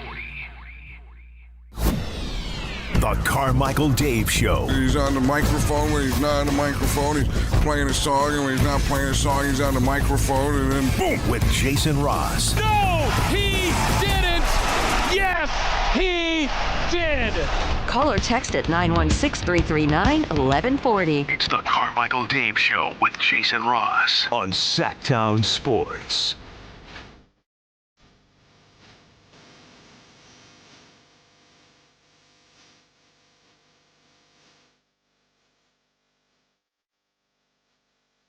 All right. They say like, I see Campeo on our chat saying, quiet day in sports. He's joking. Yeah. Honestly. It's a very noisy day. Yes, it is. Joining us right now, he is en route to the Bay Area. That's going to be the noise you hear in the background. But he still does everything he can to make sure he's on with us. He's juggling jobs. He's a man very much in demand, and he joins us from The Athletic. Although I think Chris is currently on the phone with him right now. And there we go, from The Athletic, the one, the only, Sam Amik. Good morning, Sam. Good morning, gentlemen. Dave, even though we just did an audio check, Chris said it's not great, so hopefully you guys can hear me okay. Yeah, it's not great at all. Yeah, it's a little muffled. It's actually, we were on the phone like 5 minutes ago. It was fine. And then Sam was like, well, let me put my AirPods in. And I don't know what. Hey, Sam, try switching back to whatever you did earlier or whatever. How's that? Not much better. Maybe it's our thing. Hey, well, maybe it's just the way he's speaking. I'm going to try a test. You ready? Hey, Sam, describe for us in detail the driving experience you're having right now, driving to the Bay. Well, I switched to just good old speakerphone. There we go. That's a little bit better. That's much better. Yeah. Nice, comfortable drive, stress-free? Yeah, man, it was good until Easy. jackhole was on my butt for a few minutes, but we're good. We're in the clear. He said jack. Yeah. Okay. I heard that. Okay, good. Yeah. So someone was tailgating poor Sam while I was on the phone with him. Oh, wow. Sam's got his hands at 10 and 2, Of and course it's he free does. and all that, Yeah. just doing his thing. Got the cruise control set at 35, and someone's tailgating him. Sam, the FBI is tailgating the NBA right now. Hey, you like that? On this, you got Terry Rozier, you got Chauncey Billups, you have former Sacramento King Damon Jones, you have the La Cosa Nostra, you have attorneys that are rhyming things and saying you can bet on that. This whole thing is a thing, but am I wrong in assuming that Adam Silver is probably mainlining Excedrin right now? No, that's fair. Also, I don't know if you guys picked up on it. Apparently, there's a 31st NBA team, the Toronto Rangers. Yes. Yeah, and Miami used to have a guy named, what was it, Jason? Rozier or something. Terry Rozier, or however the guy said it. Yeah, you'd think you'd have a pronunciation guy. But anyways. Yeah, obviously kind of processing all of this in real time, being a West Coast-based national reporter is sometimes a disadvantage when you wake up and see your phone flooded with this type of a story that's been going on for 90 minutes before your eyelids opened. So that's always fun. I watched the press conference. It's obviously we're talking about a big time controversy. We knew about the Jonte Porter stuff. We knew about Terry Rozier being, in the crosshairs potentially. The Chauncey Billups thing is obviously wild, and it's they played last night. I watched the end of that game, and Chauncey, I don't know the timing of when he got arrested, but pretty serious allegations. And yes, I think it's a safe bet that Adam is in quite a place right now. Jason, speaking of quite a place, Golden One Center, when Oklahoma City comes there this November 7th, is going to be quite a place. When the defending champion Oklahoma City Thunder take on the Sacramento Kings, we have 2 lower-level Kings tickets. Sam, I didn't do this before you came on. Sorry, just bear with. 2 lower-level Kings tickets to give away to that game. That's the first NBA Cup game at Golden One Center this season. But we also have a one-night stay to the Kimpton Sawyer and a $200 gift card to Revival. Want to remind you, we have 2 passwords today, actually 4. Morning show, midday, afternoon, and then if you subscribe to the Sactown Sports newsletter, you get the bonus code word. So you're going to want to text this to 916-339-1140. Your code word today, look, if I'm not even going to tell you how to spell this one.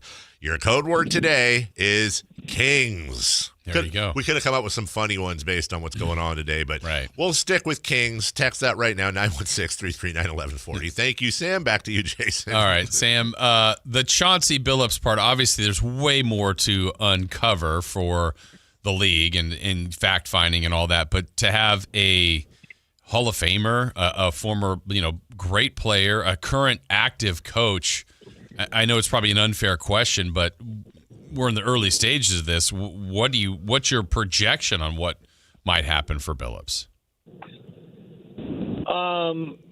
It's hard to project. I think when you see a press conference with that level of kind of a celebratory feel now, and you almost, not to make light of it, but I did, in a very sad way, kind of chuckle every time I heard the word alleged, because it seemed like nobody on stage wanted to say the word alleged. Mm-hmm. That is a problem. And yes, I think that Chauncey becoming the main NBA name in the marquee, they're evidence-wise, and they went through a lot of the evidence. I mean, it was pretty compelling, and it's obviously one side of the story, and Chauncey's going to have his day in court, and I look forward to seeing kind of how he frames it or what his side says. But, supposedly, for one, I guess one of the things that jumped out at me is that they shared that it was about 4 years long investigations, and the nature of these games, where the most damning part in terms of the accusations about Chauncey was that it was his fame and his celebrity that was used as the mechanism to exploit people in these poker games, that, presumably a chance to play poker with a guy of that magnitude was one of the draws. And then again, the accusations are that they had this pretty elaborate technology-based system with a person nicknamed a quarterback who would be able to read the table and find out how everybody needed to move to fill everyone's pockets. And then, the bigger backdrop that is obviously why the feds are celebrating it today is the involvement of the Italian mafia families that allegedly were funded by this stuff. So it didn't get a lot more serious than that. Sam Amik of The Athletic joining us. Now, I'm going to read a tweet I read earlier today that's obviously tongue-in-cheek. I'm going to follow it, though, with a serious question on the back of that. It said the NBA released a statement today saying they are very concerned about the multiple arrests made as a result of the FBI's sports gambling probe. You can use code multiple arrests for a 30% profit boost on a 3-leg parlay with DraftKings, the official gambling partner of the NBA. It's a very well done tweet, but it comes with a very serious question, which is, look, we see, and we've talked about this at length before, we see the death threats that players get in their inboxes after games. We see the millions upon millions of dollars that these sports leagues are getting now that they've taken the lid off of this. I'm just asking to philosophize here, but number one, wasn't this inevitable? And number two, how the hell, even if they wanted to, could the NBA possibly put the toothpaste back in the tube on this one? They can't. I mean, their business structure is obviously, very. What was that, Chris? Oh, sorry. He was saying that in my ear. Sorry, you weren't supposed to hear that. We just had a technical issue. Go ahead. Yeah. I mean, you can't. No one's trying to put the toothpaste back in the tube. They just can't. And yeah, that is going to be the comedy of the day. I got a text from a Portland-based reporter who said he's surprised that the odds makers hadn't already emailed out the next Blazers head coach odds. But it is, right. We had, to your point about like just the gambling culture intersecting with pro sports and the NBA, we had some reporting last season, if you guys remember, where we, during our anonymous player poll story, we talked to players about how they felt about the gambling stuff and learned more about the degree of kind of abuse they take, whether it's on the court or just constant flood of DMs about, fans being upset that they lost money because something happened. So it's, I've never been a fan of it. I understand the almighty chase for the green dollar, but right now it's pretty, yeah, as we're talking with Sam Amik from The Athletic. Sam, it's ironic, too. Dave and I addressed this earlier in the show, and it wasn't a direct impact in the win or loss from the Kings game last night, but just on the heels of all this gambling and conspiracy and poker and different things that the league is going to have to now address, I don't know if you saw the three-pointer that Zach LaVine hit last night that was ruled a 2 that clearly looked like a 3, and the only reason it becomes kind of ironic is the fact that the Kings were underdog by 3.5. They lost by 4. every point is critical and that kind of stuff. Just a weird situation that the league, I don't know, it seems like they've got a lot of people with their eyes on them now that all this stuff is out there. Yeah, I mean, that's the integrity issue that they now are going to face, and honestly, these are obviously two different situations, but if you have a discussion about that topic and then you add in the Clippers controversy that, has obviously dominated the news the past couple months, the common thread there is just integrity of the game, whether it's how you build rosters and fairness of the playing field in that regard, or fairness of the actual playing field and things like this happening. And the issue that is another, bit of toothpaste that you can't get back in the tube is that completely limited to Terry Rozier and Jontay Porter when it comes to players doing these types of things with prop bets. And common sense tells you it wasn't, but let's just say it was. The actions of those two guys now cast into question everything across the league, whether it's a Zach LaVine 3 or just every single game. You lose the faith of the consumer, and that is something that has always terrified all sports leagues, and with good reason. Sam Amik joining us. Yeah. So more to come on all of that. By the way, I would say if I was a betting man, which I'm not, Nate Bjorkgren would be the favorite to be the next Blazers head coach if Chauncey has to take a leave of absence. But hey, who knows? Thiago Splitter on that staff too. Oh. Sam, the Sacramento Kings played a game of basketball last night, and despite the fact that Zach LaVine's 3, which was obvious, was called a 2, and the final score was 4-point win for the Suns, even though the betting line was 3.5. We'll leave that alone, though. We'll go more to a tale of two sides. I know you cover the entire NBA, but I imagine you at least got a glimpse of the game last night in Doug Christie's debut. I did. There was no question there. You know what? I've been having that problem lately. I've been honestly, like when a hitter goes into a slump and he hits line drives, but they're to everybody, or he can hit ground balls and they go through the middle. I think over the last 2 weeks, I've had like 4 things where I just say a thing and there's literally no place for the guests to go. If I was truly a jerk, I mean, I could have just. I'm not. Let me try again. I'm sure you saw Doug Christie's debut last night. What'd you think?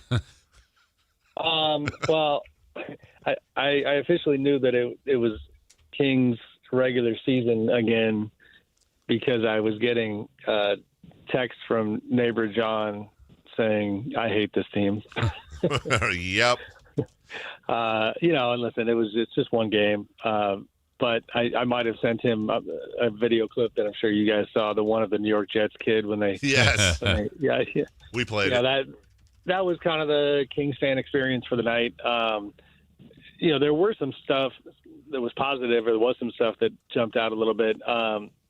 Identity-wise, they were all over the place. You would see this aggressive defense late in the game that has got some potential, and Dennis Schroeder picking up full court and turning Devin Booker over. And, you can see like little signs of what they're trying to do and what they're trying to be. But the inconsistency offensively, and LaVine in particular, was a major issue. I actually didn't watch the first half, and I was like, oh, wow, they're up 20. So let me, kind of lock in here. And next thing you know, on the back end, Zach, it was an ATO where Doug wrote up a nice play.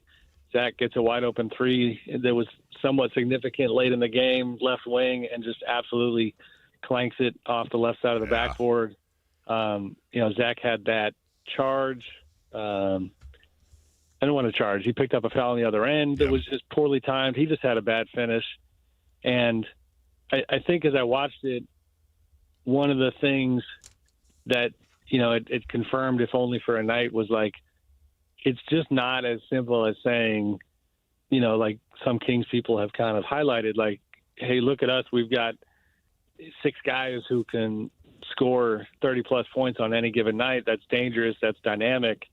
You still have to have a collective system that makes the most of all those guys. And that, they ran into those issues late in the game and in that second half. And that, it's a bad loss because Phoenix is not supposed to be very good. And, you could have maybe gone 2-0 to start the year with Utah coming up next, and then the Lakers on Sunday. But, that's one that they kind of gave away for sure.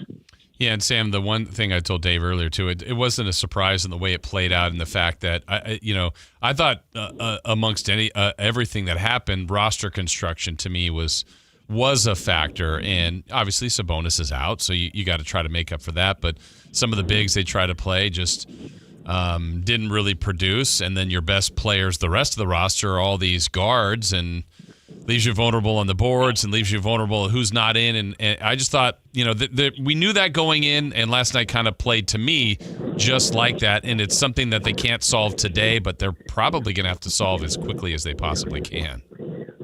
Yeah, I mean, it makes me think of, there was a Twitter post. Really? What was the Twitter preseason? And it was like this picture of like this Kings top 6 guards. But, I mean, they're just so guard heavy. And then to have Malik Monk post game, I did kind of get a kick out of and respect his interview, because he stated the obvious, which is like, we're going to need some guys to hit the glass and get some boards here. And then he kind of quickly got self-aware and he did the accountability thing.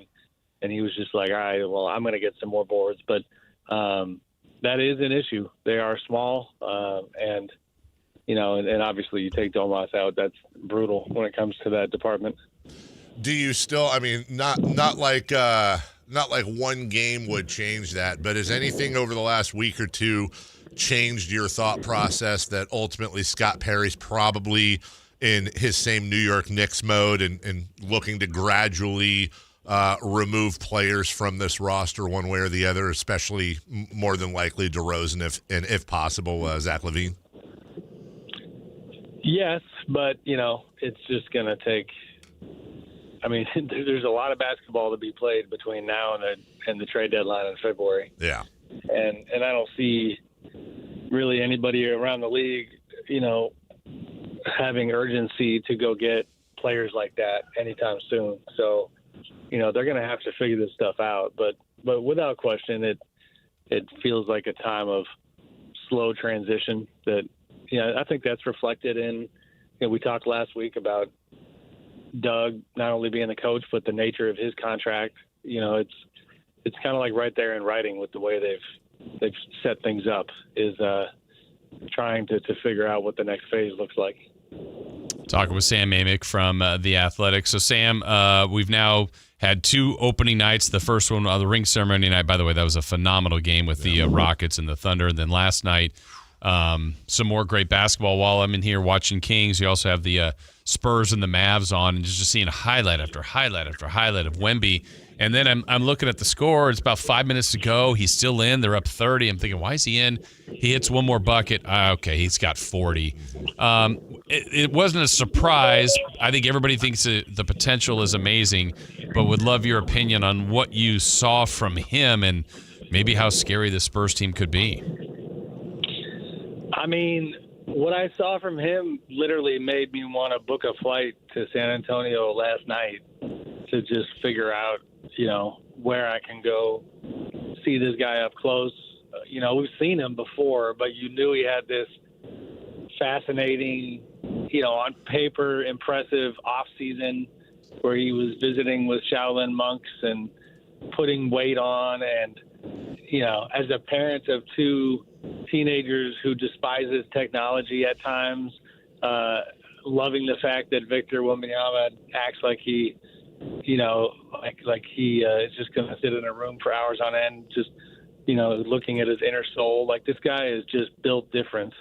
And it sure looked like that was going to help his basketball game last night. I mean, I was texting with our Jared Weiss, a reporter who has been based in Boston for a very long time. And then the company and Jared decided to have him go to San Antonio for the sole purpose of, because we just didn't have anybody around Wemby full time.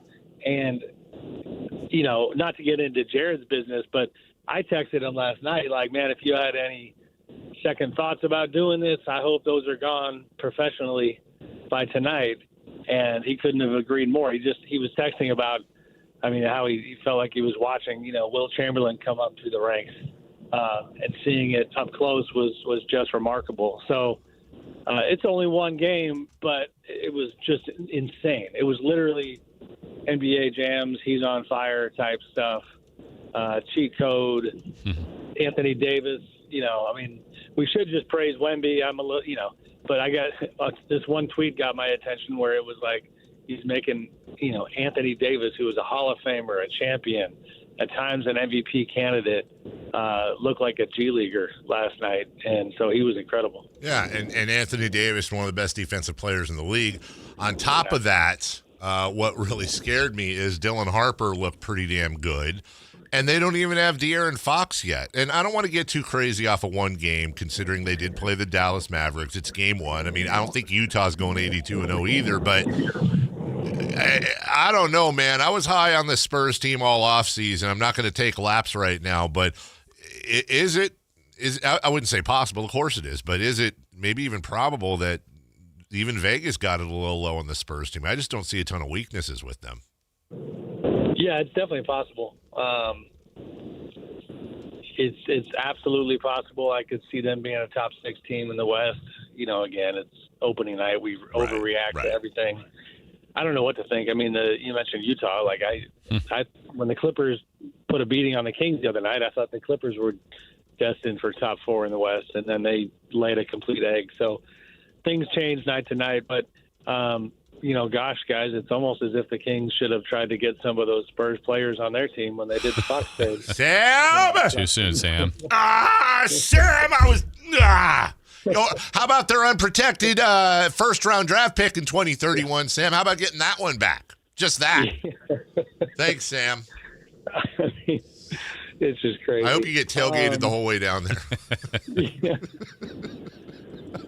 Anyway, I don't know how the hell to finish. I had one more question for you. Hey, in your heart of hearts, do you think that this whole gambling thing, I was just thinking about this while we were talking, do you think this might have any pressure at all on expansion locations? It's been long thought that Seattle and Vegas are your shoe-in expansion places, and I know there's been some pullback at least on the timing of expansion, but do you think this puts Vegas back under the spotlight, or are we kind of past that as a sports community by now? Speculation is already shifting away from Vegas and even Seattle, which is not what people in Seattle want to hear. Nobody was taking them away as the 2 most likely places for expansion, but the league had shifted its focus to Europe and the European League that they are building. And, not that you can't do 2 things at once, but it seemed like that was kind of siphoning off the energy towards expansion, because we went from, for quite some time, like over a year, having Adam Silver basically say that, we're one step away from cities filing their official paperwork to petition for expansion, to, just kind of them slow playing it and saying that's not where we are right now. The Vegas thing, gambling wise, I would have to learn more to see if it's shifting how they see that market. But like we said at the top of the conversation, like the toothpaste being out of the tube it is what it is. I don't know what to do about it at this point, but in that department are not great. That's Sam Amik of The Athletic. Make sure you follow him online. Also, subscribe to The Athletic. So I got my hat on today. It's really an Acu Stadium hat, but the A does look like, and the colors looks like Athletics. And we have Barrows or Sam on. I'll always pump up The Athletic. Make sure you subscribe and save and follow great journalism. Welcome to the new season, Sam. We look forward to talking to you throughout the year, buddy. Thank you. All right, guys. Be good. Appreciate you. Take care. That's Sam Amik. We'll take a break. Want to remind you, coming up at 9 a.m., we have our weekly Mountain Mike's giveaway for you.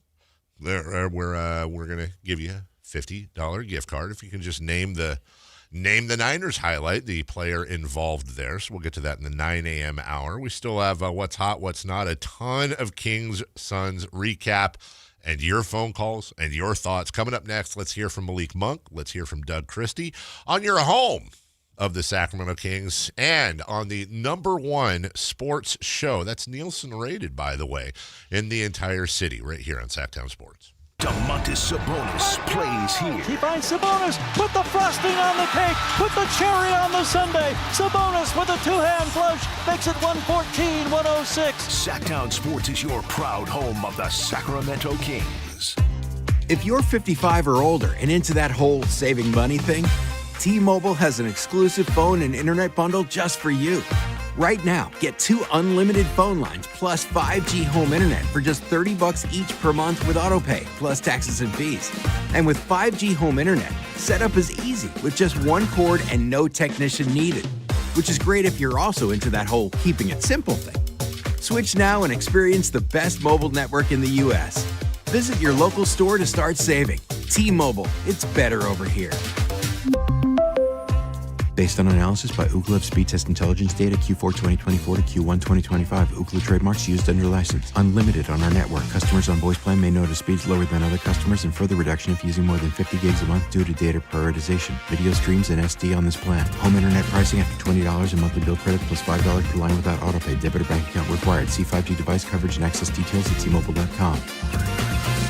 For over 90 years, Hagen Oaks has partnered with the biggest brands in golf to bring cutting-edge technology to your game. Our one-of-a-kind total game fitting offers a level of experience and precision that is unmatched. From driver to putter, footwear to golf balls, our TrackMan-powered performance studios, 3D footwear scanner, and Ping's Ballnamic ball fitting kiosk ensure every piece of your gear is tailored to your swing. Trust the experts at the Hagen Oaks Golf Super Shop. Total game fitting starts here. Game night in Sacramento? Light up your night at Revival at the Sawyer. This rooftop hotspot is where the city comes alive. Elevated vibes, stylish crowd, and the perfect view of the Golden One Center. Celebrate the wins, escape the chaos, and be part of the scene before, during, and after every Kings game. Revival, the place to see and be seen. When the final buzzer sounds, the energy doesn't stop. It just moves upstairs. Join fellow fans, stay close to the action, and make every Kings night unforgettable. Book your game day reservation at revivalsacramento.com. Guys, want long-term health you can count on? It starts with knowing your numbers. Right now, Revive Men's Health Sacramento is offering a comprehensive wellness panel, a $400 value for just $99. It checks your testosterone, blood sugar, cholesterol, kidney, liver, thyroid, and heart health. Take control of your health today and stay strong for the long haul. Offer ends November 30th. Call 916-619-3000. That's 916-619-3000. Or visit ReviveMen'sHealth.com today. Must medically qualify. Terms apply. Contact us for full offer details. People are coming from all over to Sacramento Chrysler Dodge Jeep Ram. From Folsom, Elk Grove, Woodland, Roseville. Because they've seen for themselves the huge selection and the best prices at SacSuperstore.com. Good luck finding a lower price anywhere else. And if you do, they'll match it. It's as simple as that. Sacramento Chrysler Dodge Jeep Ram, where a handshake still means something. Open until 10 o'clock and centrally located right across from Hagen Oaks Golf Course. And online at SacSuperstore.com. The guaranteed lowest price and the best selection of Dodge, Chrysler, Jeeps, and Rams. SacSuperstore.com. Hello, Sacramento. I'm Emran Pilati, owner of True Sports Cards and Collectible Store here in Rockland, California, and the host of the True Sports Cards Show that airs right here on Sactown Sports 1140 every Saturday from 10 to 11 a.m., where we discuss the latest trends, hottest products, and deliver exclusive interviews with other industry leaders. And don't forget to visit our shop, True Sports Cards, at 6661 Stanford Ranch Road in Rockland and see what we have for all your sports card and memorabilia needs. Hey, it's Carmichael Dave. I got to tell you, I am so excited to get this decking project started with Trex Decking and Railings. From the first time I stepped foot in the showroom last week, I was so impressed. So many color options, heat-resistant composite deck. What does that mean? That means I don't have to do any maintenance on it whatsoever. They even have a deck designer, so you can go online and see what your dream deck will look like on your house. Just visit Trex, that's Trex.com to get it started. Tell them Carmichael Dave sent you.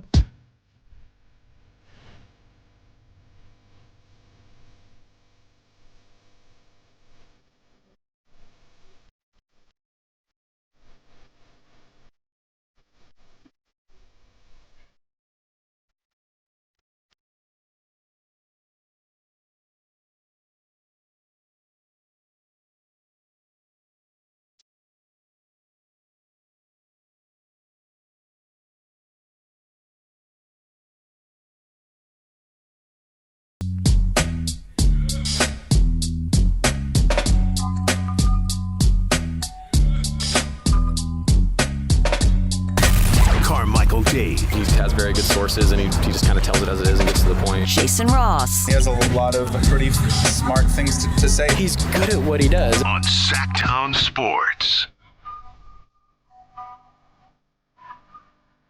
Got about a third of the very packed snack bag that Jason brought us in today. You said the same term to me just now that Chris told me in the break. What? He was mad at me. I said, why? He goes, because I'm housing the snack mix. And you just said I've almost housed it. I said if that FBI press conference was about 10 minutes longer, I would have housed this thing. Maybe 5 minutes. It's so good. And it's, again, it's got good for you. Honeycomb, corn nuts, M&Ms. Did I taste a peanut M&M in there too? Yeah, because I think it's been mostly peanut M&Ms. There's Reese's Pieces. Oh, that's what. I haven't had a Reese's Pieces yet. No, they're probably to the bottom. So these are. I thought those were plain M&Ms. Nope. Okay, so you've got and peanut butter, chocolate, Bugles, honey, Bugles, salty, Fritos. sweet, spicy. You've got every food group and flavor in here. Bugle, underrated snack. I think so too. Also, what is a corn nut? Is it corn? Is it a nut? What the hell is a corn nut? It's male corn. Have you ever had homemade corn nuts? Did someone make them? What is a corn nut? How funny that is. What? Have you ever had homemade corn nuts? Yeah. That's a thing? Yeah. What? Isn't it like the hominy corn? Or is it a different type of? I think it's a style like that. It is a bigger corn. And then they bake it. Really? No. I've made kale chips. You've made croutons. I've made croutons. Hanging with my crew. All right. Hey.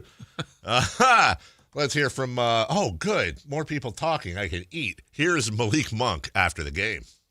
Yeah. Somebody got to step up and go get some rebounds. We can't be leaking out. I'll go get some more, especially I think I was leaking out a little bit too much today. It won't happen again, though. Well, and free throws as well in a close game like this to leave, I think, 10 on the board. That's not something that has been an issue for you guys in the past, so that kind of fall under your category of easy fix on us. Yeah, we make free throws, yeah, definitely. And we can't give up. We can't foul jump shooters at the end of the game, especially not dealing for a three. So, yeah. Nick got to start in his NBA debut tonight. Just what are your thoughts on the way he's looked and the confidence that the team has shown? We're going to need him at some point. He's been great. He always want to learn, always asking questions. He's been great for us. Got to be a little bit more aggressive, but we'll talk to him about it. What more do you want to see in terms of his aggressiveness? Shoot the ball. He got to shoot a little more. At least 3 shots. First game, got to get him out. You saying someone has to? No. Got to get him out. The first half, the offense kind of seemed to be flowing. Got a little stale there in the second half. Zach was just kind of talking about how they were switching 1 through 5. What would you kind of attribute that to? What did the first half versus second half feel like offensive flow-wise? They just sped us up a little bit more in the second half, and we can't fall into that. When they sped us up, I think we started selling a little too much instead of moving the ball like we did in the first half. So, yeah, like I say, everything is an easy fix. What was Doug's message to you guys? Did he address you in the locker room before he came over here? Said the same thing I said, man. A lot of stuff on us, and we'll watch the film tomorrow. How pleased were you with because the way you guys started the game is exactly what he talks about, the defense, the physicality, making them feel you, communicating, sharing on offense. So you guys started the game pretty much exactly the way he wanted you to, didn't you? Yeah, we definitely did. Like I said, they just sped us up in the second half, and we played into their hand, with something we can't do. Does everyone think? That's Malik Monk. So let's unpack some of what he says. He says Nick Clifford's got to shoot more. Yeah. Shoot the ball the right way. Yeah. There's a comment Malik made post-game about fouling. Look, let's just be honest. And I don't get all bent out of shape about stuff like that. I think there's a line you don't cross, but I am 100% okay with players calling out each other. And when it gets to the point of accountability, you need to be accountable. Let's just put the egos aside. That Zach, you're fouling Dylan Brooks on a 3 that late. Right. That was just a dumb foul. I think Zach would admit that was a dumb foul. It's a reactionary play. He's a tad late, so he's thinking, I'm going to get out there. I got to make this more difficult. Yes. But then he left himself so vulnerable, and he fouled him. I mean, it was a foul. Now, look, I'd rather have a player that fouls more than a player that just is nowhere near his man and is away. At least, say what you want about that Zach LaVine foul, right? At least he was trying to play defense, and I know I'm reaching here, but it's better than him just being caught 5 feet back. There were still a lot of open threes. Look, dude, the Suns missed a lot of open shots. What did they start? 0 for 9? Something like that? They couldn't make anything at the beginning. So when it's like, what was better? They made more shots in the second half by far. Right. I mean, that was an obvious thing. Now, was that Kings guilty of bad defense? Probably some. But they made shots that they were not making in the first half. That's exactly right. And when you talk about the rebounding, look, I understand that the best rebounder in the NBA, when he's missing time, that's going to affect your rebounding. Hey, full stop, no argument. But the Kings were out rebounded 51-37 by a relatively small, not a big Suns team. And by the way, Dario Saric is 6'11". Dario Saric played 7 minutes. He had 3 rebounds. That's actually pretty good for the time he was on the floor. I understand he's a rookie. Maxime Reynaud is 7'1". He had 4 rebounds in 11 minutes. The problem is, again, you said it earlier, we're going to see so many losses this year. And, like somebody says DNP, coach's decision, or DNP, an injury, whatever, illness, whatever, right?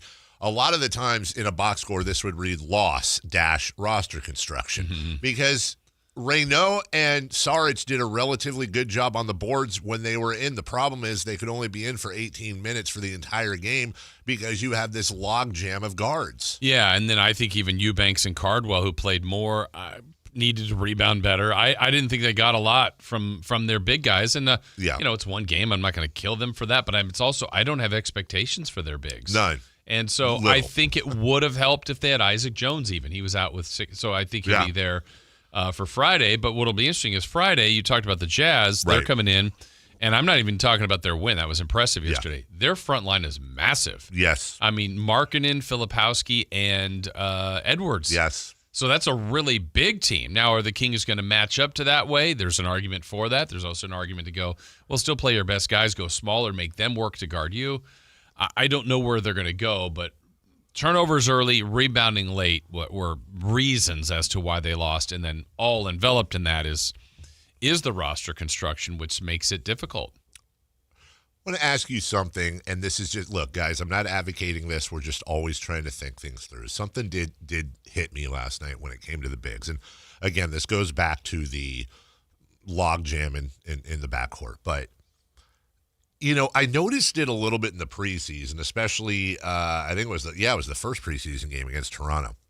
In 60 total minutes, which is exactly a full NBA game, or 12 minutes more than an NBA game, but in 1 hour of preseason gameplay, Drew Eubanks had 5 blocks. And he had 3 blocks in 13 minutes against Toronto. He had 2 blocks in 20 minutes against the Lakers. Last night he had 4 blocks in 22 minutes. Now, it could be fluky, but he seems to have a really good tendency to know where the ball is. I mean, hell, he's averaging, he's averaging 4 blocks this year, Jason, but this is a guy that has averaged 0.8 blocks a game for his career, but in limited minutes. So it makes me think, I know we've had all this conversation about Reynaud. Is it worth trying out a lineup? We've always said, you could maybe move Sabonis to the 4, but you have to have a defense-oriented goalie at the 5 if you're going to try to do that. Is there any possibility? He doesn't look it. He doesn't strike you as that guy. But is it worth seeing if Eubanks is a guy that could play on the floor with Sabonis, because they occupy none of the same space, or very little of it. Yeah, I don't know about their complement each other, I think, defensively pretty well. I don't know about offensively, but I mean, you're right. They're not in the same space, but last year when they tinkered with Valanciunas some, it's like one of them ended up being kind of out behind the perimeter. Valanciunas stretched his game out a little bit. At this point, I would be not again. I'd be all for trying anything and everything with this team. Interesting to see if they did try that. Yeah. I wonder how I would like to see in that situation, if they did try that, move Sabonis to the Weber role in the Coach Kirill offense and let DeRozan and let LaVine and let Schroeder, whoever's on the floor, do those circular constant cuts. you put Eubanks in the Vlade spot at the bottom, and you put Domas at the top of the key in the DHO position, and see what happens. They're going to have to experiment with a bunch of stuff, but to your point you brought up earlier, and I'm glad you brought it up, there's this game, and there's the home opener tomorrow night, and woof, they play a Jazz team, again, one game, whatever. Dude, they blew the brakes off the Clippers. 129 to 108. And it was way worse. It was 20. The Clippers actually, they outscored the Jazz 61 to 51 in the second half, and they still lost by 21. Yeah, I think the first time I saw that score last night, I want to say it was something like 94-68. And Yeah. I did a triple because I thought, oh, wow, the Clippers are – wait, no, the Jazz are ahead? And there was still like 6 minutes left in the third quarter. Uh-huh. My goodness. And now all of a sudden you're going to take this same Kings team and you're putting them up against Lauri Markkanen, who's 7'1", Kyle Filipkowski, who is 6'11", and stinking Walker Kessler. Yeah. And, oh, by the way, they can bring in Jusuf Nurkic and others. Man. Dudesicle. Let me tell you this, if the Kings aren't hitting their shots, right, it's going to be a long night tomorrow night at Golden One Center. But, hey, we still got more to get to on this game. But when we come back, hey, how about who's hot, who's not? And let's see how we did. The first recap of 3 in the Key right after this. Sunday, the 49ers take on the Texans. He turns, he gives Christian. Kickoff at 10 a.m. The 49ers play here. A touchdown, maybe to put it away. Sactown Sports, 1140. Sacramento Kings basketball is back. Be there for opening night at Golden One Center on Friday, October 24th, when the Kings take on the Utah Jazz at 7 p.m. Following opening night, the Kings will take on the LA Lakers on October 26th and then the Golden State Warriors on November 5th. Don't miss these marquee matchups and more great games coming to Golden One Center this season. Head to kings.com/tickets to secure your seat to be part of the action. The deals are on now at the model year-end sales event at Balsam Lake Honda, your one-stop Honda shop.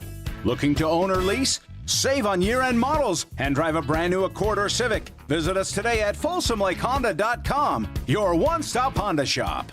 As a family-owned and operated dealership since 2009, customer service is our #1 priority. Our customers love doing business with us, and you will too. Go to FolsomLakeHonda.com. Your one-stop Honda shop. Help DEA keep our communities safe and healthy by participating in National Prescription Drug Take-Back Day, Saturday, October 25th. Take action right in your own home by cleaning out your medicine cabinet of unneeded medications. Keep them safe, clean them out, take them back. Find a collection site near you at DEATakeback.com. Do your part to lower overdose deaths and prevent prescription drug misuse before it starts. That's DEATakeback.com. Staples presents That Was Easy. So my sandwich shop was opening in a week and I needed signage. A week is plenty of time to panic. I went to Staples. They printed banners, posters, and flyers to promote my grand opening. All in time for your grand closing. Nope, I had it same day. I even got $125 off my order. Hold the onions. For all your business printing, Staples. That was easy. Now save up to $125 on custom print orders. In-store and online, same day if ordered by 12 p.m. Into 11/1. Exclusions apply. Visit staples.com/print for details. When I was a kid, I remember my dad, a lineman, leaving in the middle of the night. Families were depending on him to get their power back on to keep them safe and warm. Watching him taught me that this work isn't just about wires and circuits. It's about people and the trust they place in us when the lights go out. That's why I started Maverick Electric Heating and Air, to carry on that same promise of showing up, doing it right, and protecting families when they need us most. Visit callamaverick.com. At Power Business Technology, we're not another big box corporation. We're your neighbors. Locally owned and operated, we know what businesses like yours need. From reliable printers to high-performance copiers, we'll help you find the right solution with personal service you just can't get online. Need setup or support? We're just down the road and always happy to help. Power Business Technology, family hometown service with big-time solutions. Contact us today for all your business printing needs at 844-POWER-BZ. That's 844-769-3729 or visit us at powercopiers.com. The excitement of the game is here, and so are the model year-end savings at Stockton Honda, the best Honda dealer in Northern California. Score big with low payments, more for your trade, and a huge selection. Don't wait. The clock is ticking at StocktonHonda.com. Anytime, anywhere, it's all here. StocktonHonda.com. Based on the results of the study, recognized on June 18, 2025, USA Today's list of California's top car dealers 2025. Sactown Sports has your ticket to the biggest live events going on in our region. First up, get in the game Halloween weekend at the Sinners and Saints Halloween Party and Costume Contest at the venue at Thunder Valley, October 25th. Then, country fans, the spotlight's on the brand new Channel 24 venue in Sacramento as Cameron Marlowe takes the stage October 28th. Comedy lovers, don't miss the one and only Trevor Noah, November 9th at the venue at Thunder Valley. The action keeps rolling with Jesse McCartney at Channel 24 Sacramento on November 14th. The same night, legends, the Isley Brothers bring the soul to Hard Rock Live. Rock icons Hard storm Hard Rock Live on November 21st, followed by the Stray Cats November 23rd. Laugh it up with Mike Epps on December 5th at Hard Rock Live Sacramento. Sactown Sports is your home court for live events. Head to SactownSports.com. That's SactownSports.com for more info. The mildest summer in 30 years has left AC makers with overstock and far below their sales targets. Your chance for huge savings. Sierra Pacific's partnership with top manufacturers mean exclusive discounts to clear inventory fast. Get premium systems installed flawlessly by friendly pros with ironclad warranties and great discounts with SMUD rebates. Plus, HVAC's tax credits expire December 31st. Call for your complimentary proposal. Visit SierraPacificHome.com. Sierra Pacific Solar Heating and Air. The guys in the big red trucks. What's hot, what's not? Brought to you by American Energy Home Pros, making the uncomfortable comfortable. Head to AmericanEnergy.com to find out more. What's hot? Yeah, hot. Real hot. And what's not? It's not good. Brought to you by American Energy Heating and Air, Sacramento's complete heating and cooling company, and second opinion partner. Jason. Yeah. Away. No. That was great. That sounded a lot like Pigs in Space. Pigs in space. Who's hot? Who's hot? This guy named Victor Wembanyama. Victor Wembanyama. Prove it. His game is so awesome. He's the bomba. Like how the kids say, he's the bomb. Like Mo. Okay, go ahead. Help me out here. Start reading. Just let that hang. Dave's hot. He had 40 points, 15 rebounds. He also threw in a three. Only 3 blocks, so he's kind of lacking in that. Eubanks is better. But with those numbers, he is the first person to have 40 or more points, 15 or more rebounds, 70% from the field, and 0 turnovers in a game since turnovers became a stat. I'm gonna play something here. I don't want it to be too loud, but it's a sound effect here. Hold on. You ready? Here we go. Let me see. Okay. Guys, anyone? Now's your chance. Anyone want on board? Anyone want on board that Spurs bandwagon with me? Anyone? Still time. It's just game one. Game one. No? Not yet? Okay. I mean, I believe I was the first on the bandwagon, so. What? He's rooting against them. Oh, for the Spurs or for Wembanyama? The Spurs. Oh, no. Let's go. Spurs 1140, baby. You know, I think there's a really good reason why they did so well last night. Why? Their $200 million man did not play. Oh. And by bandwagon, what do you mean by that, though? Like, what's that mean? Where are they going? I think the Spurs are going to be the team du jour this year. I don't think they'll win a title. Okay.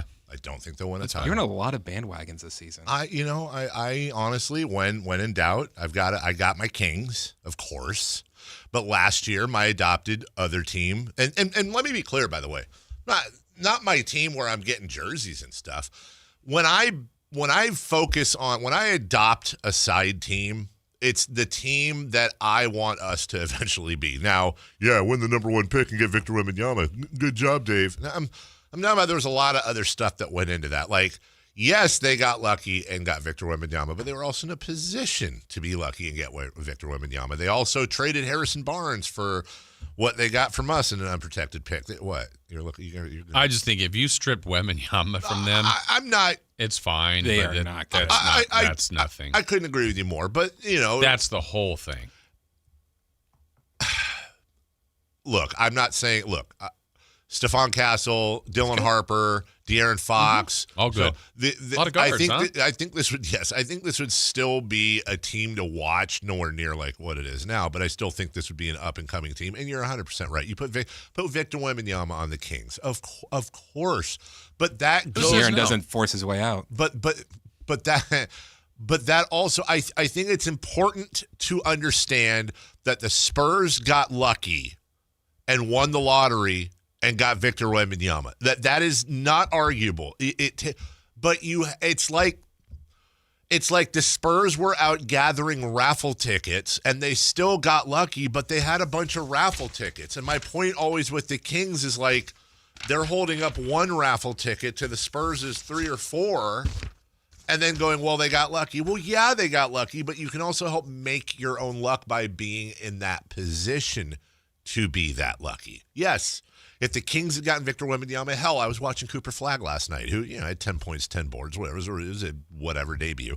But the anticipation and the excitement in Dallas. What if we had won? Remember, we beat the Mavericks, the Mavericks beat us in the play-in last year. Like, we should have. We had every right to Cooper Flagg that they did. They got it. Probably conspiracy. They got him, though. The roller coaster for Dallas fans last year, losing Doncic and then getting Cooper Flagg is insane. Whereas if it was us, we would have traded Doncic for a bag of beans, and then we would have drafted, no disrespect, but Jimmer Fredette. But if you talk about with the Spurs, just using your own logic there, if the Mavs said, you know what, we're not winning a championship this year, we got Anthony Davis, but he's been having some health issues. You know what? Why don't we just shut everybody down? We'll just put in the youngsters, and we'll get the best position we can to get the number 1 pick. Then they don't get Cooper Flagg. Yeah. There's luck involved. But statistically, the higher you are in the lottery balls, the higher. When you look at it, when the Kings had the worst record in the league, when they got the number 4 pick. Chris, I'm just using mathematics. When you look at it from 50,000 feet, yes, we can use all the anecdotal evidence in the world, and there is anecdotal evidence. But the more lottery balls you have, the better chance you have, and the better chance it has happened that you would get a higher lottery pick. Whether you're Detroit with Cade Cunningham, who's on the way up, whether you're but then you have Houston, who their big pick was, Jabari Jackson Jr.? Did I say that name right? Right? Jabari Smith Jr.? Yeah. Yes. But then they end up getting Alperen Sengun at 14, 13, 14, 15, something like that. Yeah, outside the 10, I think, yeah. You make your own luck. And then right. and then it's important not to forget, too, that, look, it's not the end-all, be-all, but it bothers me when I see what Davon Mitchell did last night with the Heat and what he began to do with the Heat last year. And I'm not going to lie, it's probably partially coloring. You can't be upset with that. Davey, okay, there's levels. There's being upset about Hassan Whiteside. Okay, that you can't be when the Kings drafted him. He had to go to Lebanon before he ended up doing things, weirdly enough, with the Heat. With Davon Mitchell, my big thing for being upset is just what they gave him up for and the fact that didn't need that. That was all about Sasha Vezenkov.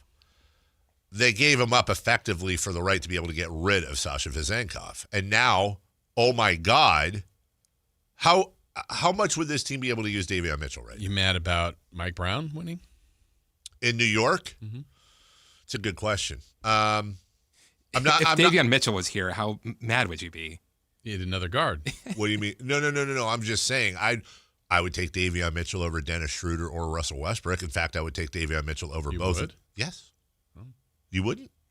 Over them? Yes. No. No, why? Tell me when he was here. Yeah. I can't because he didn't. Okay. So when they traded him to Toronto. And when he was in Toronto. Didn't. Oh. Huh. But somehow he got to Miami, much like, by the way, Hassan Whiteside did way back when, and magically revved their career. That's culture. That's coaching. Mm-hmm. That's also him not being. That's not here at the seemingly right. And it's a chicken and egg thing. No, your point's well taken. It's a chicken and egg thing. That would he have done that here? He didn't. Probably not. Yeah. Probably I mean, he wasn't a bum. He wasn't a bust. No. I'm never suggesting that. But I would say I think he's a role player. But let me ask you this: let me ask you this way: if Davon Mitchell never played for the Kings, and Davon Mitchell was on Miami right now, and Scott Perry announced tomorrow that he traded Russell Westbrook and Dennis Schroeder for Davon Mitchell, you wouldn't like that deal? I probably would like it better because I hadn't seen him here and saw what. I mean, again, I'm not, and this is not trying to. Sure. I think. You're not the only one guilty of it. I think a lot of times you think people are better that aren't here. Yes. And there's no warts. And then when they get here, it's like 100%. I don't know. I don't have an example. Dwayne Dedmon's not just you. There was a lot of people. Sure. Oh, Dwayne Dedmon. Yeah. George Hill. Great. He would be great. Yeah. He wasn't. And it's again, he played better than that when he was here. There are guys that have done that, but and that's what's. Do we have time? Sorry. Okay, so we'll get to 3 in the key next. We'll also get to whatever the hell. We got to do Mountain Mike's $50 gift card as well. So we want to give stuff away. Yeah, exactly. So it's a good conversation. Let's also get to recapping 3 in the key. We'll do the Mountain Mike's giveaway as well, and then we'll discuss more of not just Kings Suns, but the night in the NBA as well. We'll do all that next. The Drive Guys, weekdays 2 p.m. to 6 p.m. on Sactown Sports 1140. This is the story of the one. As a safety manager at a manufacturing plant, he does everything he can to keep his coworkers safe. From finding ways to reduce risks to keeping safety supplies in stock. And for that, he relies on Grainger. Grainger offers a broad range of quality products and next-day delivery, so he can always play it safe. Call 1-800-GRAINGER, click Grainger.com, or just stop by. Grainger, for the ones who get it done.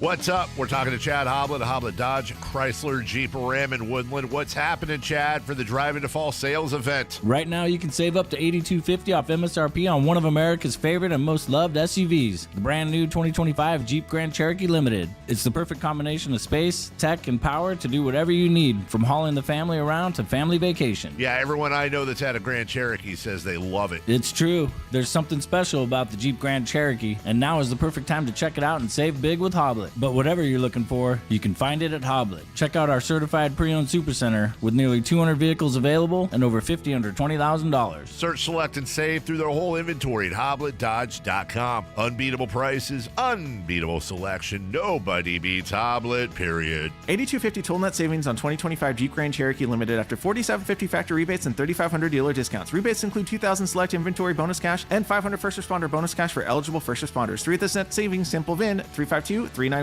See dealer for details. This is the story of the one. As a custodial supervisor at a high school, he knows that during cold and flu season, germs spread fast. It's why he partners with Grainger to stay fully stocked on the products and supplies he needs, from tissues to disinfectants to floor scrubbers. All so that he can help students, staff, and teachers stay healthy and focused. Call 1-800-GRAINGER, click Grainger.com, or just stop by. Grainger, for the ones who get it done.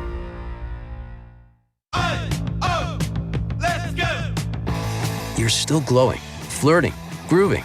You've still got it. But your immune system weakens as you age, making it harder to fight flu, pneumococcal pneumonia, RSV, and COVID-19. Vaccines are a key part of any health routine and help strengthen your immune response. Ask your doctor or pharmacist which vaccines you need. Schedule in minutes at VaxAssist.com. Sponsored by Pfizer. If you're not looking for a brand new car, at Elk Grove Honda, we've acquired some of the best pre-owned cars we can find. We've kept only the best of our trades, and our buyer has found some of the finest pre-owned Hondas available in Northern California. You can see for yourself at elkgrovehonda.com. Whether you purchase a brand new Honda or a like-new pre-owned Honda, your car buying experience will be the same. We have the right Honda at the right price. You'll find us in the Elk Grove Auto Mall, Highway 99 and Elk Grove Boulevard. I gotta get an Elk Grove Honda. Everyone has a past, but what happens if you've made mistakes and made good on that past, but it keeps following you? Are you looking for an attorney to erase past records and restore your rights? Maybe even restore your gun rights? Do you need a reputable criminal defense attorney who knows even good people make bad mistakes? Well, the attorneys at Gonzalez Law Office are here to help. Find Gonzalez Law Office online at saclegaldefense.com or call them at 916-304-9187. We don't settle for less, and neither should you. KHD1 Sacramento, KYMX HD3 Sacramento. From the Power Business Technology Toshiba Studios, Sactown Sports 1140. The Carmichael Dave Show. He's on the microphone when he's not on the microphone. He's playing a song, and when he's not playing a song, he's on the microphone, and then boom! With Jason Ross. No, he didn't! Yes, he did! Call or text at 916-339-1140. It's the Carmichael Dave Show with Jason Ross on Sactown Sports.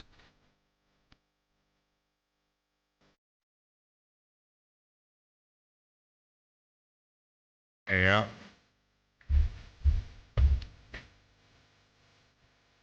Welcome back.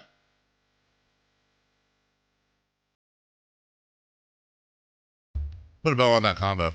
Yeah. There are two things that Kings fans, myself included, are very guilty of. There's, which weirdly has not happened that often over the years, less often than you'd think, watching the ex-King go on to do well. Really well. Like, we already talked about Hassan Whiteside. That was, yeah, that was very fluky.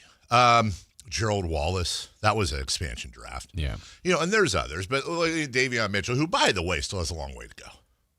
The other thing is what I always call the Kyle Guy syndrome. Every year on a bad team, fans will adopt a player that is a scapegoat, and fans will adopt a player that if only he got more minutes. Mm-hmm. And by the way, Keon Ellis may be that guy this year. We always try to find, like, Max Reynaud, second coming. He's basically Sabonis and Şengün if they had a baby, because we need that hope.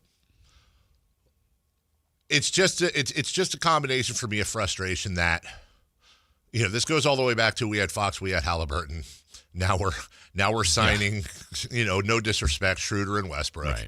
And then I see Davon Mitchell, and I look at what Davon Mitchell's doing for the Heat, and I go, God, that could be the perfect point, a defense first point guard that can score a little. But also I think about teaming him up in the backcourt with a guy like Keon Ellis. Like, what would that look like? What would a Mitchell, Ellis, Sabonis, Keegan foursome with insert other player look like?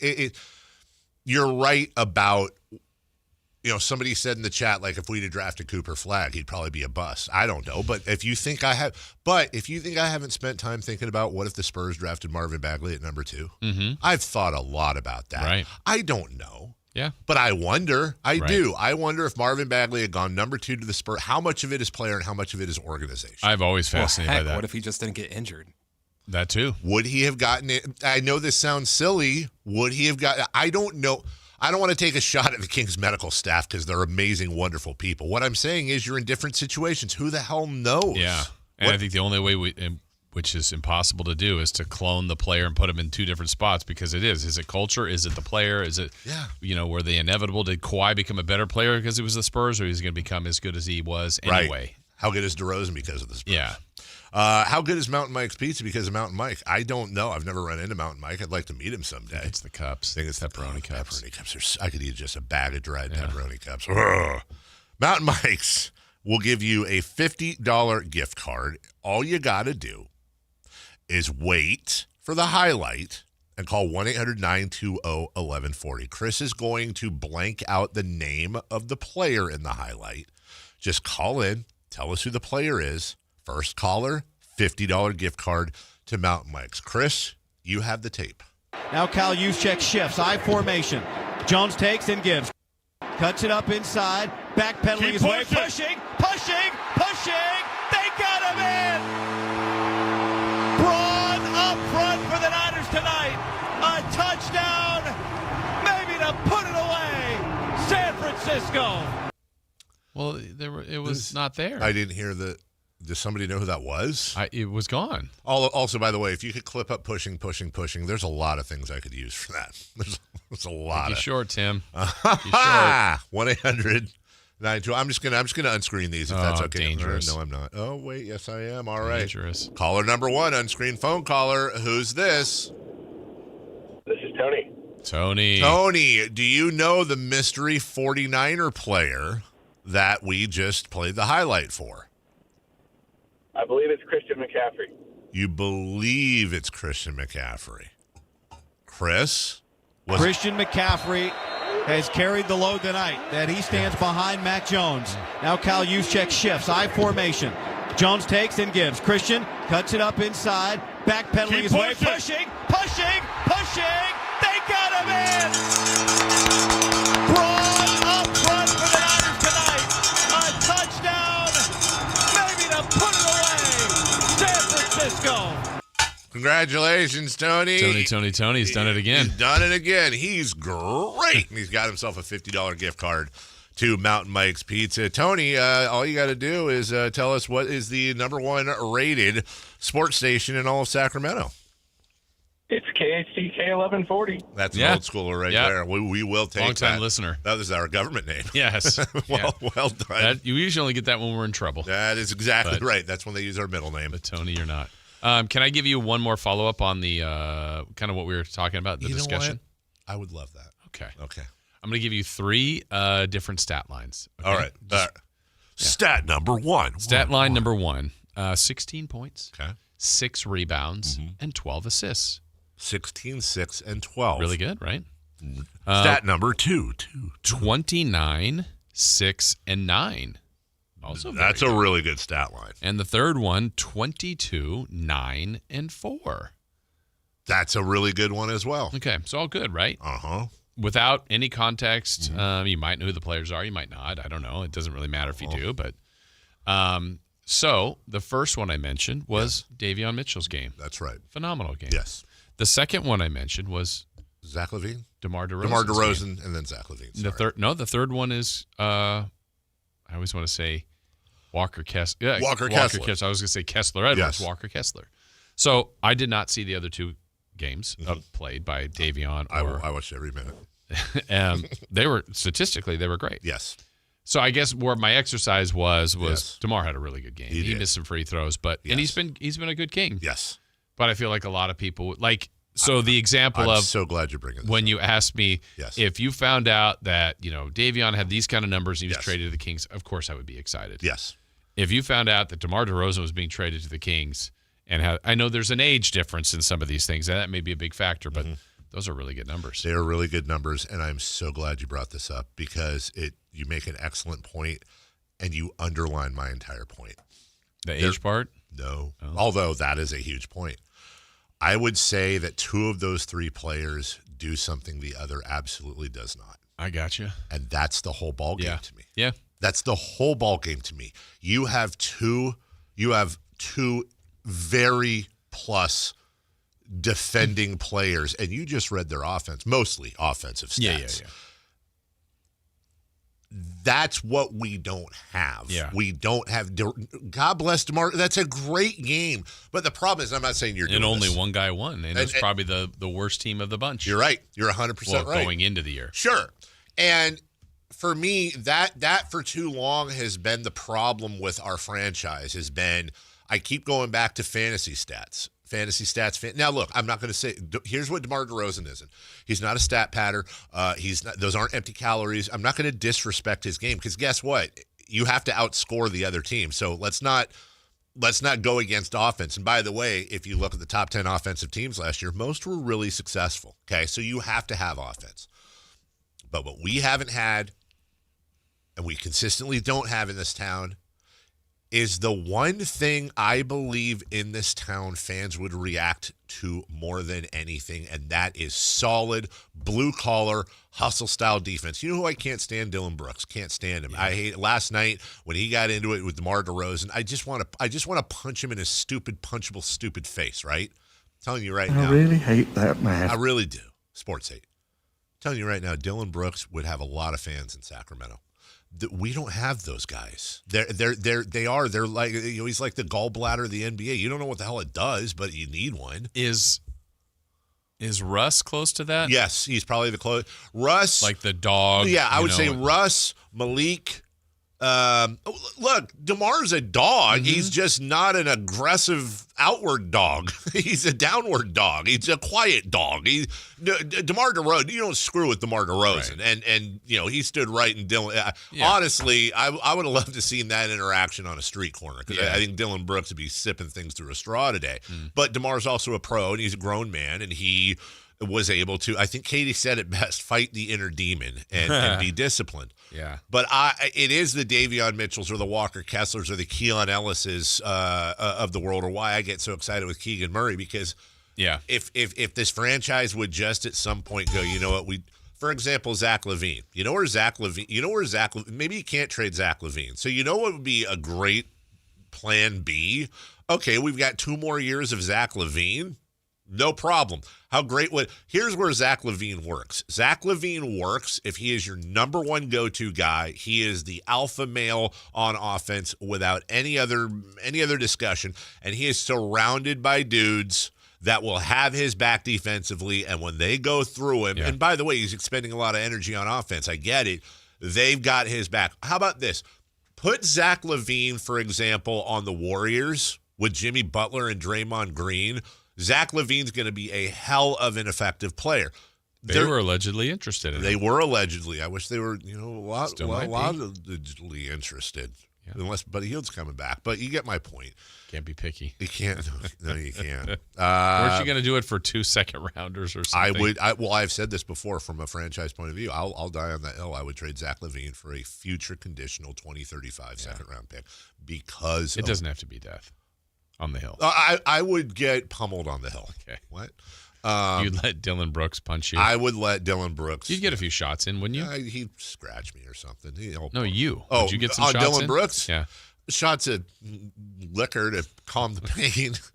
I mean, look, if I'm an NBA guy, everybody knows that liquor calms people down. Doesn't it, though? Yeah, it really bodes well. Well, no, I see movies and stuff where, like, the guy takes a shot of whiskey before one last shot, and he's like, I'm going in. Yeah, and then it won't hurt.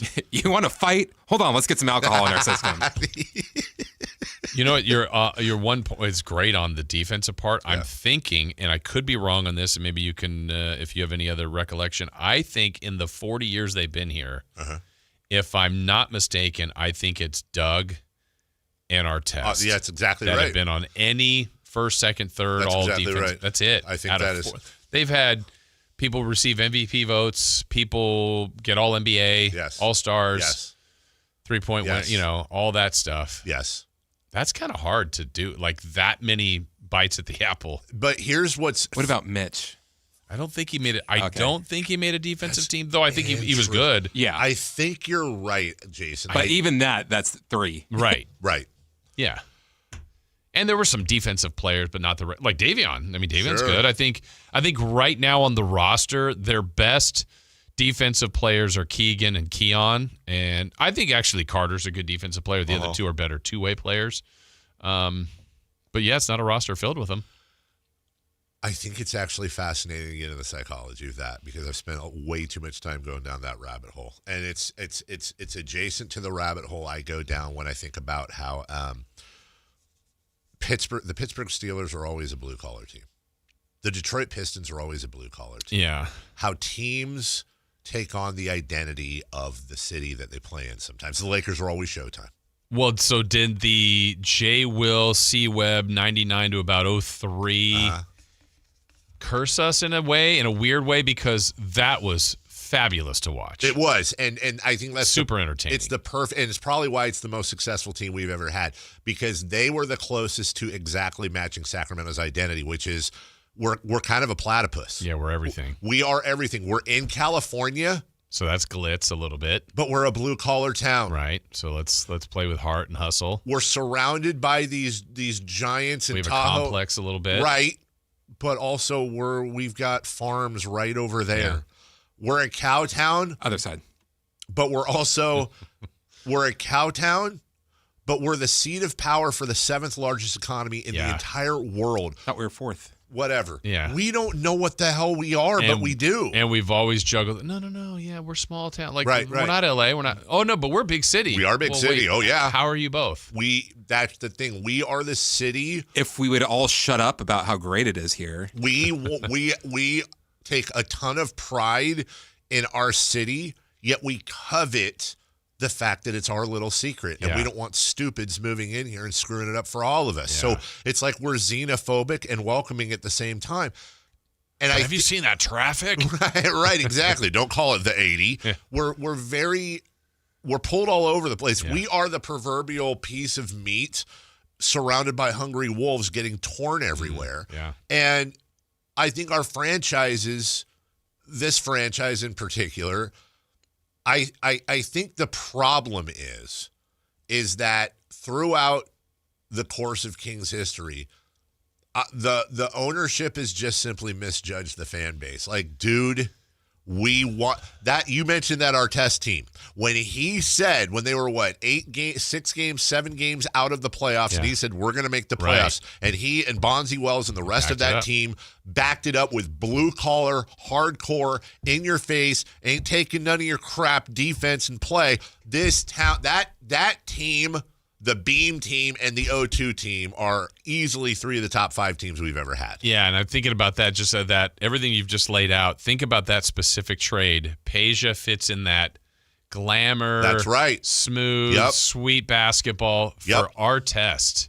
Right. Who was completely different. Both 2 of the best small forwards this organization has ever had. Yes. And they were traded for one another, and they're totally different. And maybe the first trade I remember that Jeff Petrie actually telegraphed in advance. Yeah, everybody had called for that. We've been talking about that for a long time. And then of all things, Peja goes and just plays regular old professional basketball and does his thing. Artest comes here, and not only does he play ball, but he completely throws himself into the community. Yeah. Hangs out on my stupid show all summer long. Which no one would have thought. Which no one would have ever thought. He was such a great guy. And he was a great guy. So I think they perpetually underestimate our fan base and what we truly want. We want wins, but I guarantee you this city, I think, would be more into the blue-collar, in-your-face, defensive-minded type of winning team than the glitz, glamour, all over the place, no defense winning team. Even if both teams won 55 games. Yeah.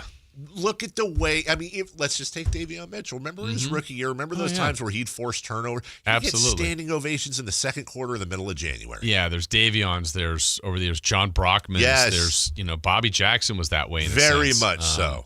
Very much so. Yeah. Just these grinders. This is a grinder town. Yeah. But but then, again, that oddity of formation, like here's Jay Will. Yes. And who is all glitz. Absolutely. And everybody ate that up. Everybody. Yeah. You take, look, he wasn't as good, but Pete Maravich, Magic Johnson, Jason Williams, these are those types of, I'm just purely talking flash. And of course everybody ate it up. So I think the thing, and that's where I go back to Zach LaVine, because Zach LaVine is glitzy. Yeah. Zach LaVine can dunk on your face for Mount Rushmore. No problem. Yeah. If your face was on the top of Mount Rushmore, he'll dunk on it. He'd get there. He would get there.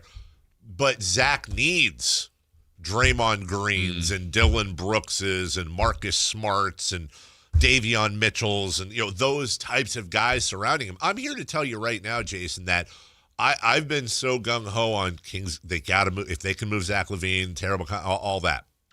But that's, to your term of the day, that's roster construction. Because let's be very clear. Zach LaVine is my biggest doubt with Zach LaVine is I don't know what. I'm not entirely convinced that he's a pressure player. I'm not entirely convinced that he's a guy in the fourth quarter of the conference semifinals. If he's the guy that can put you on his shoulders, maybe he can't.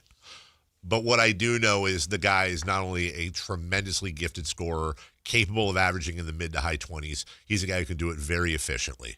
if you surround him with the right type. Yep. This team could be a playoff team that makes noise with Zach LaVine as your number one option. But they don't. They're not built that way today. No, that's for sure. And the two players that are closest to that, I think, on this team right now, not counting rookies because we don't know, are Keon Ellis and Keegan Murray. As far as defensively? As far as defensively and guys you could be. And one's hurt and the other got 13 minutes last night. And it's back to the same thing. Like their better players are those kind of like DeRozan, LaVine, Schroeder, West, the older players in the guard area. And then you get to, there's glimpses already. I think Neek sure looks like he's got a bright future, and that's something you can build on. But I wish there was more of that. And in fairness, it's one game, but like sprinkling, like I was telling that to Henry in studio. Can you believe this? It's basically crunch time. There's a minute to go, and I think the lineup was Monk, DeRozan, Schroeder, LaVine, and Cardwell. A two-way player. Playing heavy minutes. In the closing seconds of the game. The closing minute. And obviously that would be Sabonis, but it's not right now. And you just go, wow. They are playing an undrafted two-way player at the end of a game that's can be decided by anything here. It was basically a one-possession game. I think it's going to be that kind of year. Yeah. But the options were Reno, right. Eubanks, another super small and play – I don't know, Westbrook or someone else. And by the way, people are going to remember Cardwell's free throw landing in Scottsdale. Yeah. But also he did some other things. He did some other things and had some aggressive defense. Most people are on the side of they understand what I'm talking about with Sacramento. But I want to read this because it's a disagreement, and that's fine. Mm-hmm. We are not a blue-collar town. We have 5 medical institutions in a 10-mile radius. We are the state capital, more attorneys than most cities. We are professional and ag, but not blue collar. Yeah, I disagree. But I agree. Everything this person's saying is correct, but that goes. My point was we are a platypus. Yeah. We don't know what we are. Here's farm. Here's a university. Yeah. Here's glitz. Here's blue collar. They run into each other. You can go downtown and find some dude in a sparkle shirt and another dude in overalls. Yeah, I'm just saying. I think there's a lot of spots, even little pockets of our city or general area where. Like Elk Grove, for example, if you ever go down, like there's house upon house upon house, and then there's certain parts like they've got land, right? Acreage, right? Like a house and then 5 acres. It's also Elk Grove. That's 100% right. Gross. 1-800-920-1140. Sherry, you're on the air. Good morning. Hey, good morning. What's happening? Hey, I've been in blue collar cities. We are not a blue collar city. And I got to say, we got to stop calling us that because that's not what we are. Give me one blue collar industry we do in Sacramento. But we have 5 major hospitals, like the person said. We have universities. We have more attorneys in our city than any other city in the whole Western United States. So we're not blue collar. So what are we? We're professionals. We're innovators. We're thinkers, but we're not blue collar. Nothing against blue collar, but cities like Pittsburgh and Boston and some real blue collar cities, we're nothing like that. How would you? What's the definition? Sherry, define blue collar for me. Blue collar is industries where there's actual industries. They're producing goods. They're doing oil. They're doing steel. They're doing coal. We're nothing like that. So I'm reading. I'm sorry to interrupt. Yeah. I'm with you. I'm learning with you. The definition of blue collar: a blue collar worker is a member of the working class who performs manual labor and either earns an hourly wage or is paid piece rate for the amount of work done. So I would look. I think I understand. I think we're on the head of a pin here. I think you're saying we're not Detroit. We don't have auto. We don't like your classic blue collar. Whereas what I'm saying is 2 things. Number one, farming alone, manual labor alone. We have plenty of mechanics and farmers and people that work with their hands in this town. But Sherry, to my point, you've lived here your whole life, I assume? Pretty much. Okay, yeah. I've lived here my whole life. I would say it's more about our attitude. We want to be bigger. Small town versus big town. But it's small town versus big town, and we very much, not everyone, Sherry, but we very much have a blue-collar mentality in this town. Goliath, David. I'm gonna disagree with you because I know I have people all over, and they would not one of them, and I'm very connected to Sacramento, would call themselves ever a blue collar. Even the people I know are mechanics. Even the people, they would not call themselves blue collar. People in ag, they would not call themselves blue collar. That's just a different mindset. Why would somebody in ag not call themselves blue collar? Help me. Well, ag, let's say Sabonis. He's an ag now. He's a winemaker. Okay. Yes, he's not blue collar. He doesn't call himself blue collar. So I think we have to kind of step it up. Even people in the wine industry who make wine in Sacramento and in Northern California, they're artists. They're chemical wine engineers. They're not blue collar. But why? But do we? First off, I would say I'm very clear on the fact that we have both. But also, it almost sounds like you think us saying we're blue collar, have a blue collar mentality is a pejorative. No, but I think we have more of the other. I think we have more medical people. We have more hospitals within a 10-mile radius than any other city in almost the United States. Within 10 miles, we have 5 major hospitals. We have the state capitol. Talk to those people.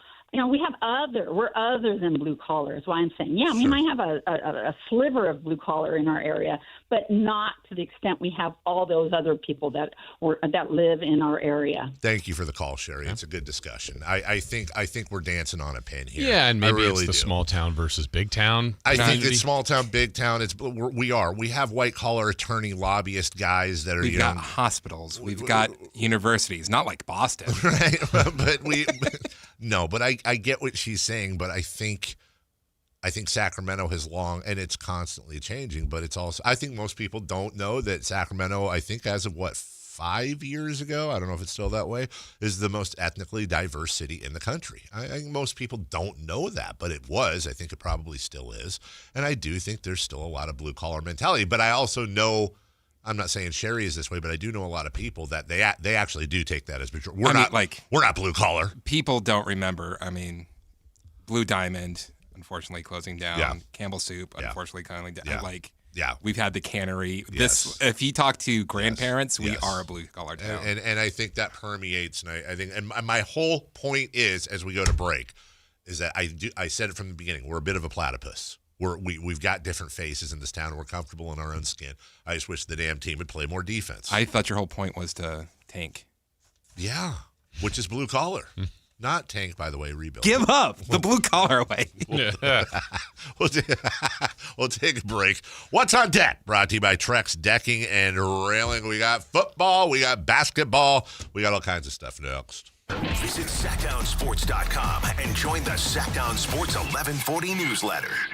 At Elk Grove Honda, we've acquired some of the best pre-owned cars we can find. Whether you purchase a new Honda or a like-new pre-owned Honda, Elk Grove Honda has the right Honda at the right price. In the Elk Grove Auto Mall, Highway 99 and Elk Grove Boulevard, or elkgrovehonda.com. I gotta get an Elk Grove Honda. This message comes from Viking, committed to exploring the world in comfort. Journey through the heart of Europe on an elegant Viking longship with thoughtful service, destination-focused dining, and cultural enrichment on board and on shore. With small ships that bring travelers closer to the destination, there's more time to explore. And every Viking voyage is all-inclusive, with no children and no casinos. Discover more at Viking.com. They say the hardest part of getting something done is getting started. Well, we did that 30 years ago, when California first took on the tobacco industry. Now, smoking is down 60%, lung cancer 52%. A couple of our cities have already ended tobacco sales. A California without big tobacco isn't just possible, it's already happening. See our progress at undo.org. Guys, tired all the time, gaining weight, low drive? These aren't just signs of aging. They could be low testosterone or other underlying issues. Right now, Revive Men's Health Sacramento is making it easier to get answers with a comprehensive wellness panel. It's not just a lab test. It's where better performance begins. Our providers will check your testosterone, blood sugar, cholesterol, kidney, liver, thyroid, and heart health. A $400 value for just $99, or free if you start treatment. Over 120,000 men have trusted Revive to restore their energy, mood, and confidence. So if you're ready to feel better and live stronger, call 916-619-3000. That's 916-619-3000. Or visit ReviveMen'sHealth.com. Offer ends November 30th.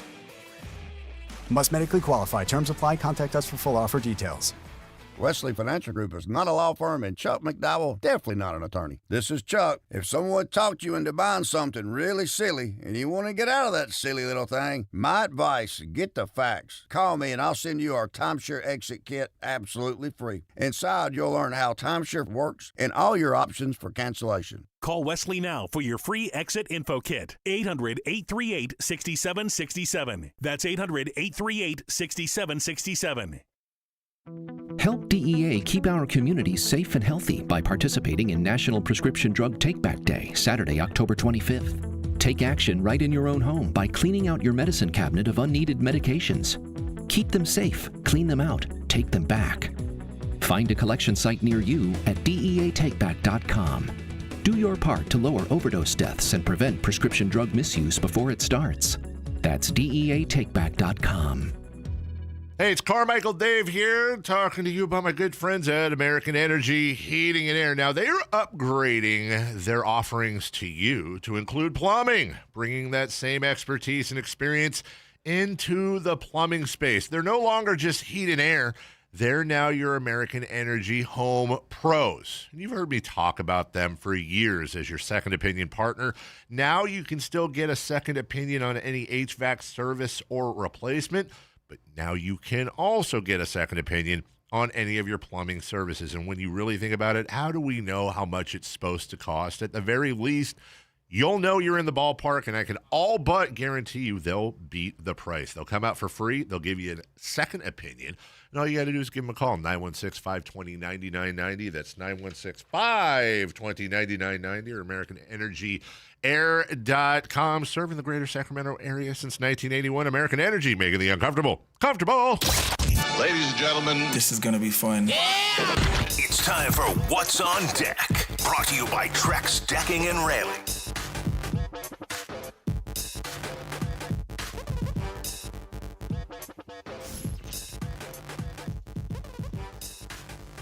Hey, our music's going to run out, Dave.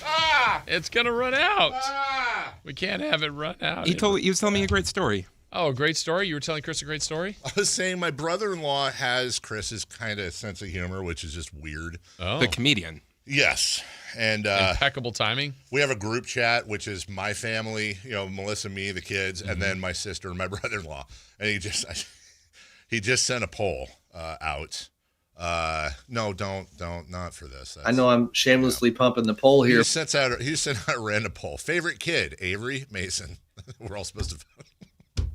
Well, do we have an update or?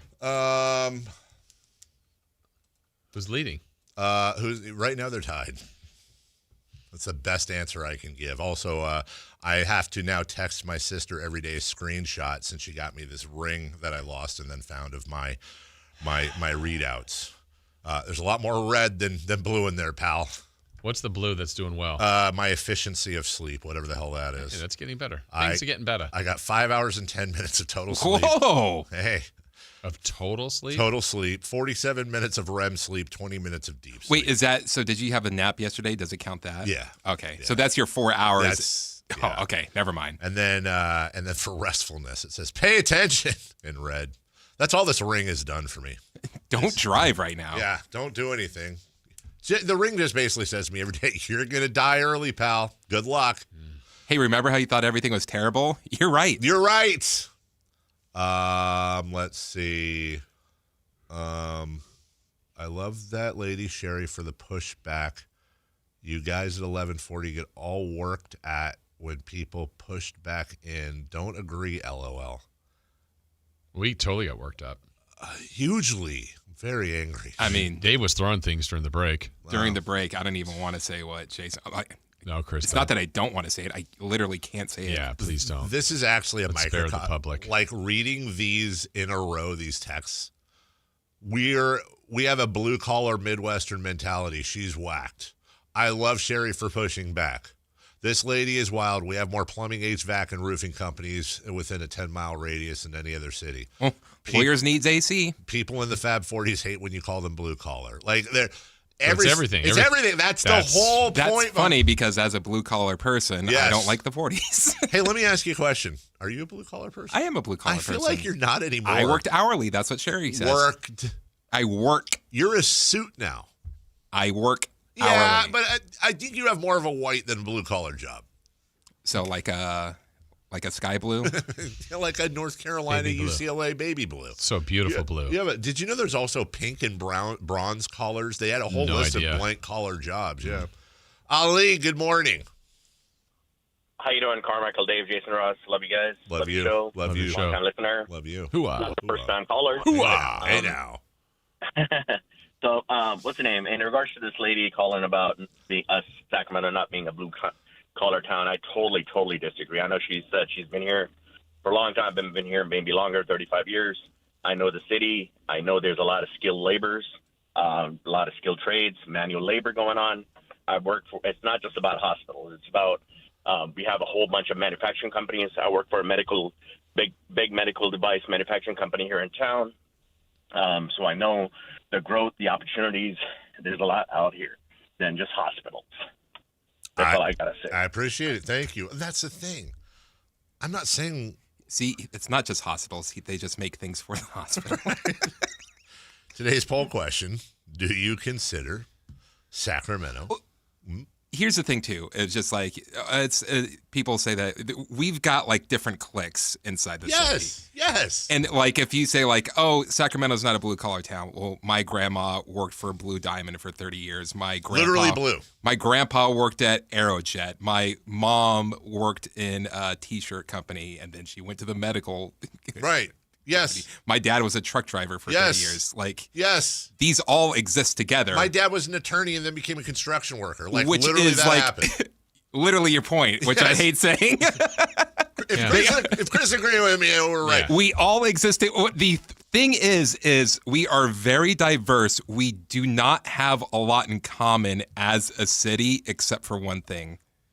We live here. The Sacramento Kings. The Sacramento Kings. And then we argue about that, too. If you go to the Palladio or whatever it is in Folsom, they're probably not going to say they're blue collar. If you go to El Dorado Town Center, they're probably not going to say they're blue collar.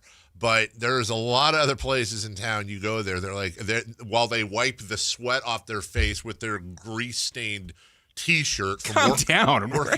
I'm just saying. Calm down. They're not slobs. No, I'm saying you're a renter. You're working on a car. You're doing this. You're in the field plowing the thing with the axe and the shovel or whatever they do. I don't know. I've never You farmed. are not blue collar. I'm 100%. I've done one. They take their wrenches and hammers and cut down trees. That's why I'm not getting very successful at that. Yeah, exactly. It's not, blue collar. Thursday night blue collar, white collar. Yeah, we're more like that collar that it's not really folded over. Kind of pop collar. It's just like that one button-up thing that kind of is like it's confused. It doesn't know what it is. We're a turtleneck. We're a mock turtleneck because we like to make fun. Yeah. Thursday night football, Vikings at Chargers. That's happening tonight. Yeah, go tie. I guess go Chargers if you're a Niner fan, right? Because the Vikings technically are in the. I don't really. You know what? Go good game. Yeah. Have fun. Try your best. Go fantasy player. Yes. There you go. Chargers defense. Let's go. Thunder at Pacers. Thunder Pacers. Is that a rematch of the finals? I mean, I know it's so funny how it's like, I'm sure it's being said, but like that is not being. No one's out there like, oh, a rematch of the finals. It's like, well, kind of. Yeah. It's kind of a rematch. Wait, Indiana hasn't played yet, have they? No, I don't think they played last night. I don't think they have at all. Oh. It's like, it's a rematch. Okay. It's like two boxers getting back in the ring, but one of them doesn't have a fist. Like, well, they're just kind of, like that. Unlike before when he did. Yeah. Or like he has a fit, but it's a hook. Are you saying they can't win without Tyrese? No, Halliburton? I'm not saying that. Yeah, okay. I'm not saying that. I'm just saying. Oh, look. See, now on the text line, we can get pictures. Here's a guy that sent in a picture of him riding the tractor with the spiky things in front that turn over the land. He says, "Come out for a ride, Dave." I'd do that if he let me drive. After I'd be fine with learning first, but I want to do that. I've played. Oh, yeah. No, you can't get one of those at Hoblet. You sure? By the way, not for nothing, before we get to Ashley here, I've played many hours of Farming Simulator. So you are blue collar. Blue collar. Good morning, Ashley. Morning. How are you? Hey, I'm great. How are you? I'm doing okay. So I just wanted to talk real quick about the Kings game from last night and a little bit about the rotations. I was excited seeing that Nate Clifford was getting the start, but personally, I feel like he just got a little bit too much time. And I think that the Kings would have potentially had a little bit more success in the second half if we were to use Nick a little bit less and maybe some of the other guys like Drew Eubanks and maybe a Dario Saric line up out sometimes to go a little bit taller. And I just wanted to see what your thoughts on. Well, it depends, Ashley. And here's the thing: I'm going to do this a lot this year because it depends. You're probably 100% correct that he might have gotten a little bit too much time if your entire goal was to win last night. My goal is I'm winning, fine, but ultimately, at the end of the year, I want to see our youth get developed. And from a development standpoint, I think he got every flavor of the rainbow yesterday, Jason. Yeah, and what's funny is I think I'm actually right down the middle between that thought process because, when you're playing, you want to win. But I think for where they are, the way they're constructed, and where I think they're going to ultimately end up, I think you got to try to split that difference. So play some of your best guys, but where you can cheat and get some minutes for younger guys, I would do it. So, for example, this is probably a rough thing to say, but I just wouldn't play Saric. I'm with you. I would play Isaac Jones, Reynaud, Cardwell. You're going to live with the lumps. Now, you got a bunch of backcourt guys that are good. Yes. But in the front court, if your options are Saric, Reynaud, or Cardwell, I'm going to the young guys. 100%. And Isaac Jones. 100%. But in the backcourt, it's a little different when it's Westbrook. Like, I don't want to lose out on Clifford or Ellis, but you got to play Westbrook. You got to play Levine. You got to play DeRozan. Yes. That's fine. Schroeder.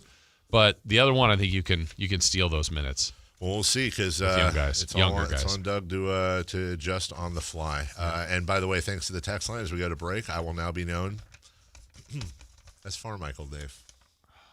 Yeah, thanks for that text line. When you have I got a hat I might wear tomorrow. When you have chicken with pasta sauce and cheese on it, what are you?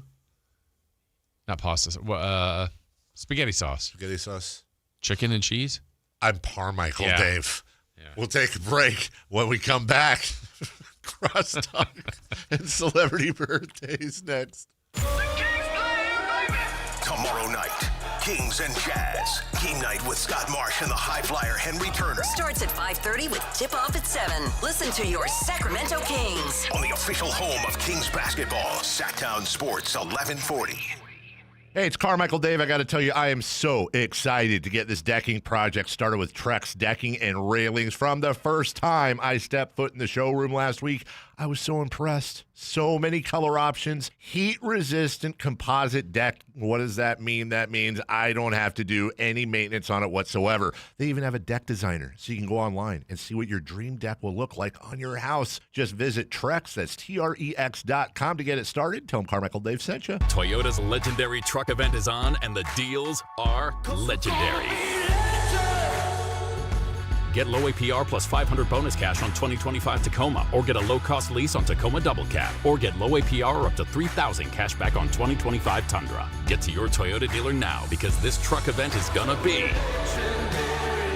Toyota. Let's go places. Offers available through TFS to buyers with premium rated credit. Cashback available through TMNA and cannot be combined with other offers. Ends 11/3/25. If you're 55 or older and into that whole saving money thing, T-Mobile has an exclusive phone and internet bundle just for you. Right now, get 2 unlimited phone lines plus 5G home internet for just $30 each per month with autopay, plus taxes and fees. And with 5G home internet, setup is easy with just 1 cord and no technician needed, which is great if you're also into that whole keeping it simple thing. Switch now and experience the best mobile network in the U.S. Visit your local store to start saving. T-Mobile, it's better over here. Based on analysis by Ookla of speed test intelligence data Q4 2024 to Q1 2025. Ookla trademarks used under license. Unlimited on our network. Customers on voice plan may notice speeds lower than other customers and further reduction if using more than 50 gigs a month due to data prioritization. Video streams and SD on this plan. Home internet pricing after $20 a monthly bill credit plus $5 per line without autopay. Debit or bank account required. See 5G device coverage and access details at T-Mobile.com. Bonneville International Radio Station contests are open to participants at least 18 years of age and older that are residents of California and who reside in one of the 6 counties that make up the Sacramento metro area, unless otherwise specified. Employees or agents of the station, Bonneville International Corporation, other area radio stations, or any entity associated with the contest are not eligible to win, unless the station otherwise specifies in its own discretion. Persons who have won in the last 30 days from a station contest or event may not be eligible. For a copy of the general contest rules, visit khdk.com. Mike Rowe here with another fun fact. If your concrete is cracked or uneven, you can actually lift it back up. Whether it's a sinking driveway, a patio, or a sidewalk, do yourself a favor. Call Groundworks. I spent some time working with these guys. They're the real deal. Their people are trained and certified to lift your concrete slabs. Groundworks, official foundation repair company of Cal Athletics. Schedule a free inspection. Licensed in all states where work is performed. See website for details. The Sactown Sports 49ers Report is brought to you by Kia of Vacaville, located beside the Vacaville outlets. San Francisco gets a huge win on Sunday night, beating Atlanta 20-10 to improve to 5-2 on the year. A historic night for Christian McCaffrey. 201 yards of total offense, 129 on the ground, 72 receiving, and a pair of touchdowns. San Francisco next in action at Houston on Sunday. You can catch all the action beginning at 9 o'clock right here on Sactown Sports 1140. Football season is here at Kia of Vacaville. You can score big in a new 2025 Kia Niro LX with up to 53 MPG combined at Kia of Vacaville. Perfect for road trips, tailgates, and cruising to Levi Stadium in style and comfort. But don't wait. Inventory is limited at Kia of Vacaville, and these deals won't last long. Visit KiaVacaville.com or stop by right next to the Vacaville outlets for friendly service, easy shopping, and unbeatable value. All in one stop. Kia of Vacaville, where the adventure begins. Ready to pregame for your next big arena event? Head to Beach Hut Deli, a Sacramento tradition for over 40 years where aloha is served daily. Located just steps from the arena, whether it's game day or a concert night, it's the perfect spot to gather with friends and enjoy amazing sandwiches. Planning a bigger get-together? Beach Hut Deli offers endless catering options to bring those fresh, delicious flavors to your next party or event. Beach Hut Deli. Good vibes, great food, and epic times await.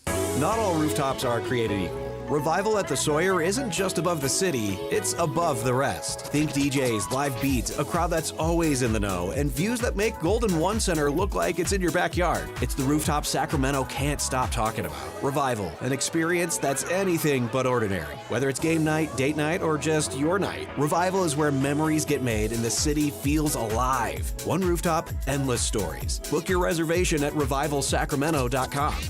It's time for the news of the day. The latest headlines, the biggest stories, hard-hitting analysis. Yeah, this is none of those things. And now, here's Carmichael Dave and Jason Ross.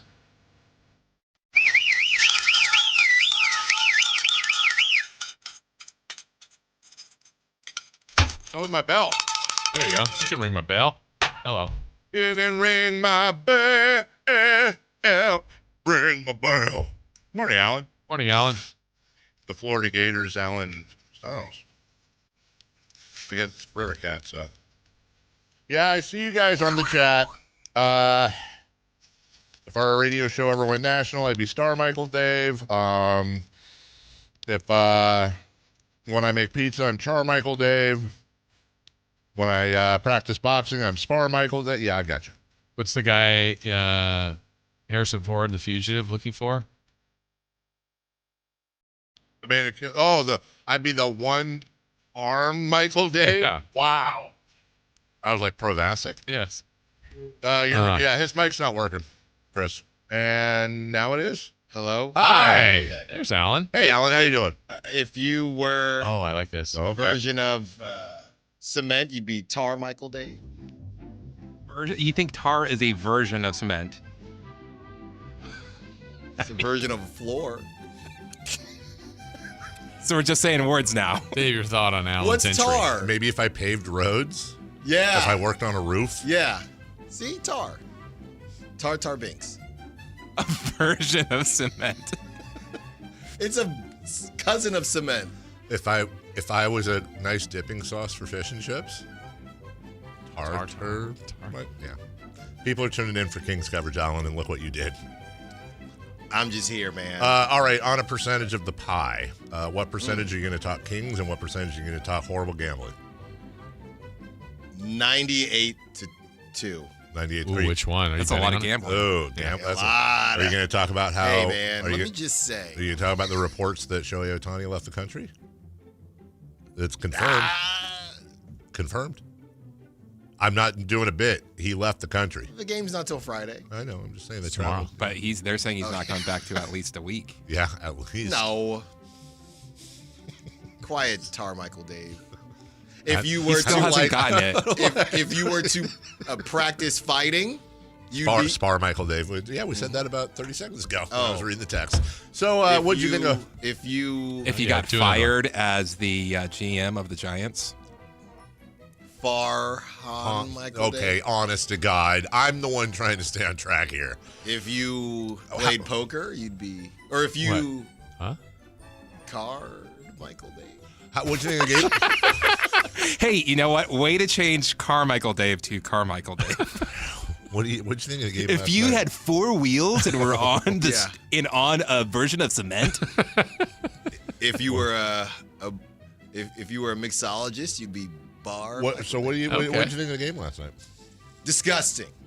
Embarrassing. Did you play my video? I posted it for you. Oh, You no, did? we didn't. Let's play it. No. I literally. I don't think I saw that. I don't know if I'm still following you or not. What? That's I'm just kidding. I'm just kidding. Well, Scott Perry does. I know you check. Hey, For he now. does, and he doesn't follow me. For now, not yet. He doesn't. I mean, 17 points. Utterly ridiculous. Utterly. That's what cows say. Oh, here we Utter. go. Oh, this is the one that just Walk and talk. This is an hour ago. Yeah. Walk and talk with Let's hear Alan the Stash. passion. Walk and talk. Roll tape. You know, just last week, I finished a run. It was 2 miles last week, 3 miles this week. Yeah, pump it up. We get it, dude. You run. You were supposed to play it before I got here. Sorry, hold on. It's 2 miles last week, 3 miles this week. And the question was, what? Any chance he just sprays the water on his face? What's in your... Look, he's got something in his beard there. Yeah, I got gray. Oh. All right, back to you. What are you prepared to do? I asked the Sacramento Kings this question. And we found out that they were prepared to play one half, but not two. That was disgusting. And now they got to find a way to pick up the pieces. Walker Kessler has unlocked the three. Okay? Do not sleep on this Jazz team. I got a new cut and everything. That's for the home opener. They got to flush it, move on. 10 a.m., 2 p.m. Let's figure out how they can get back on track, if they can. Alan Sal Show, 10 a.m., 2 p.m. Let's get it. I think we should do a 81 games, and we don't know if they can get it back together. You got to flush it. Flush it. Where do you notice how his hands are always out of view because they're holding the spray bottle for the sweat? No, there's no spray. 3 miles, huh? I think I'm getting ready for the Dia de los Muertos 5K on All Souls Day.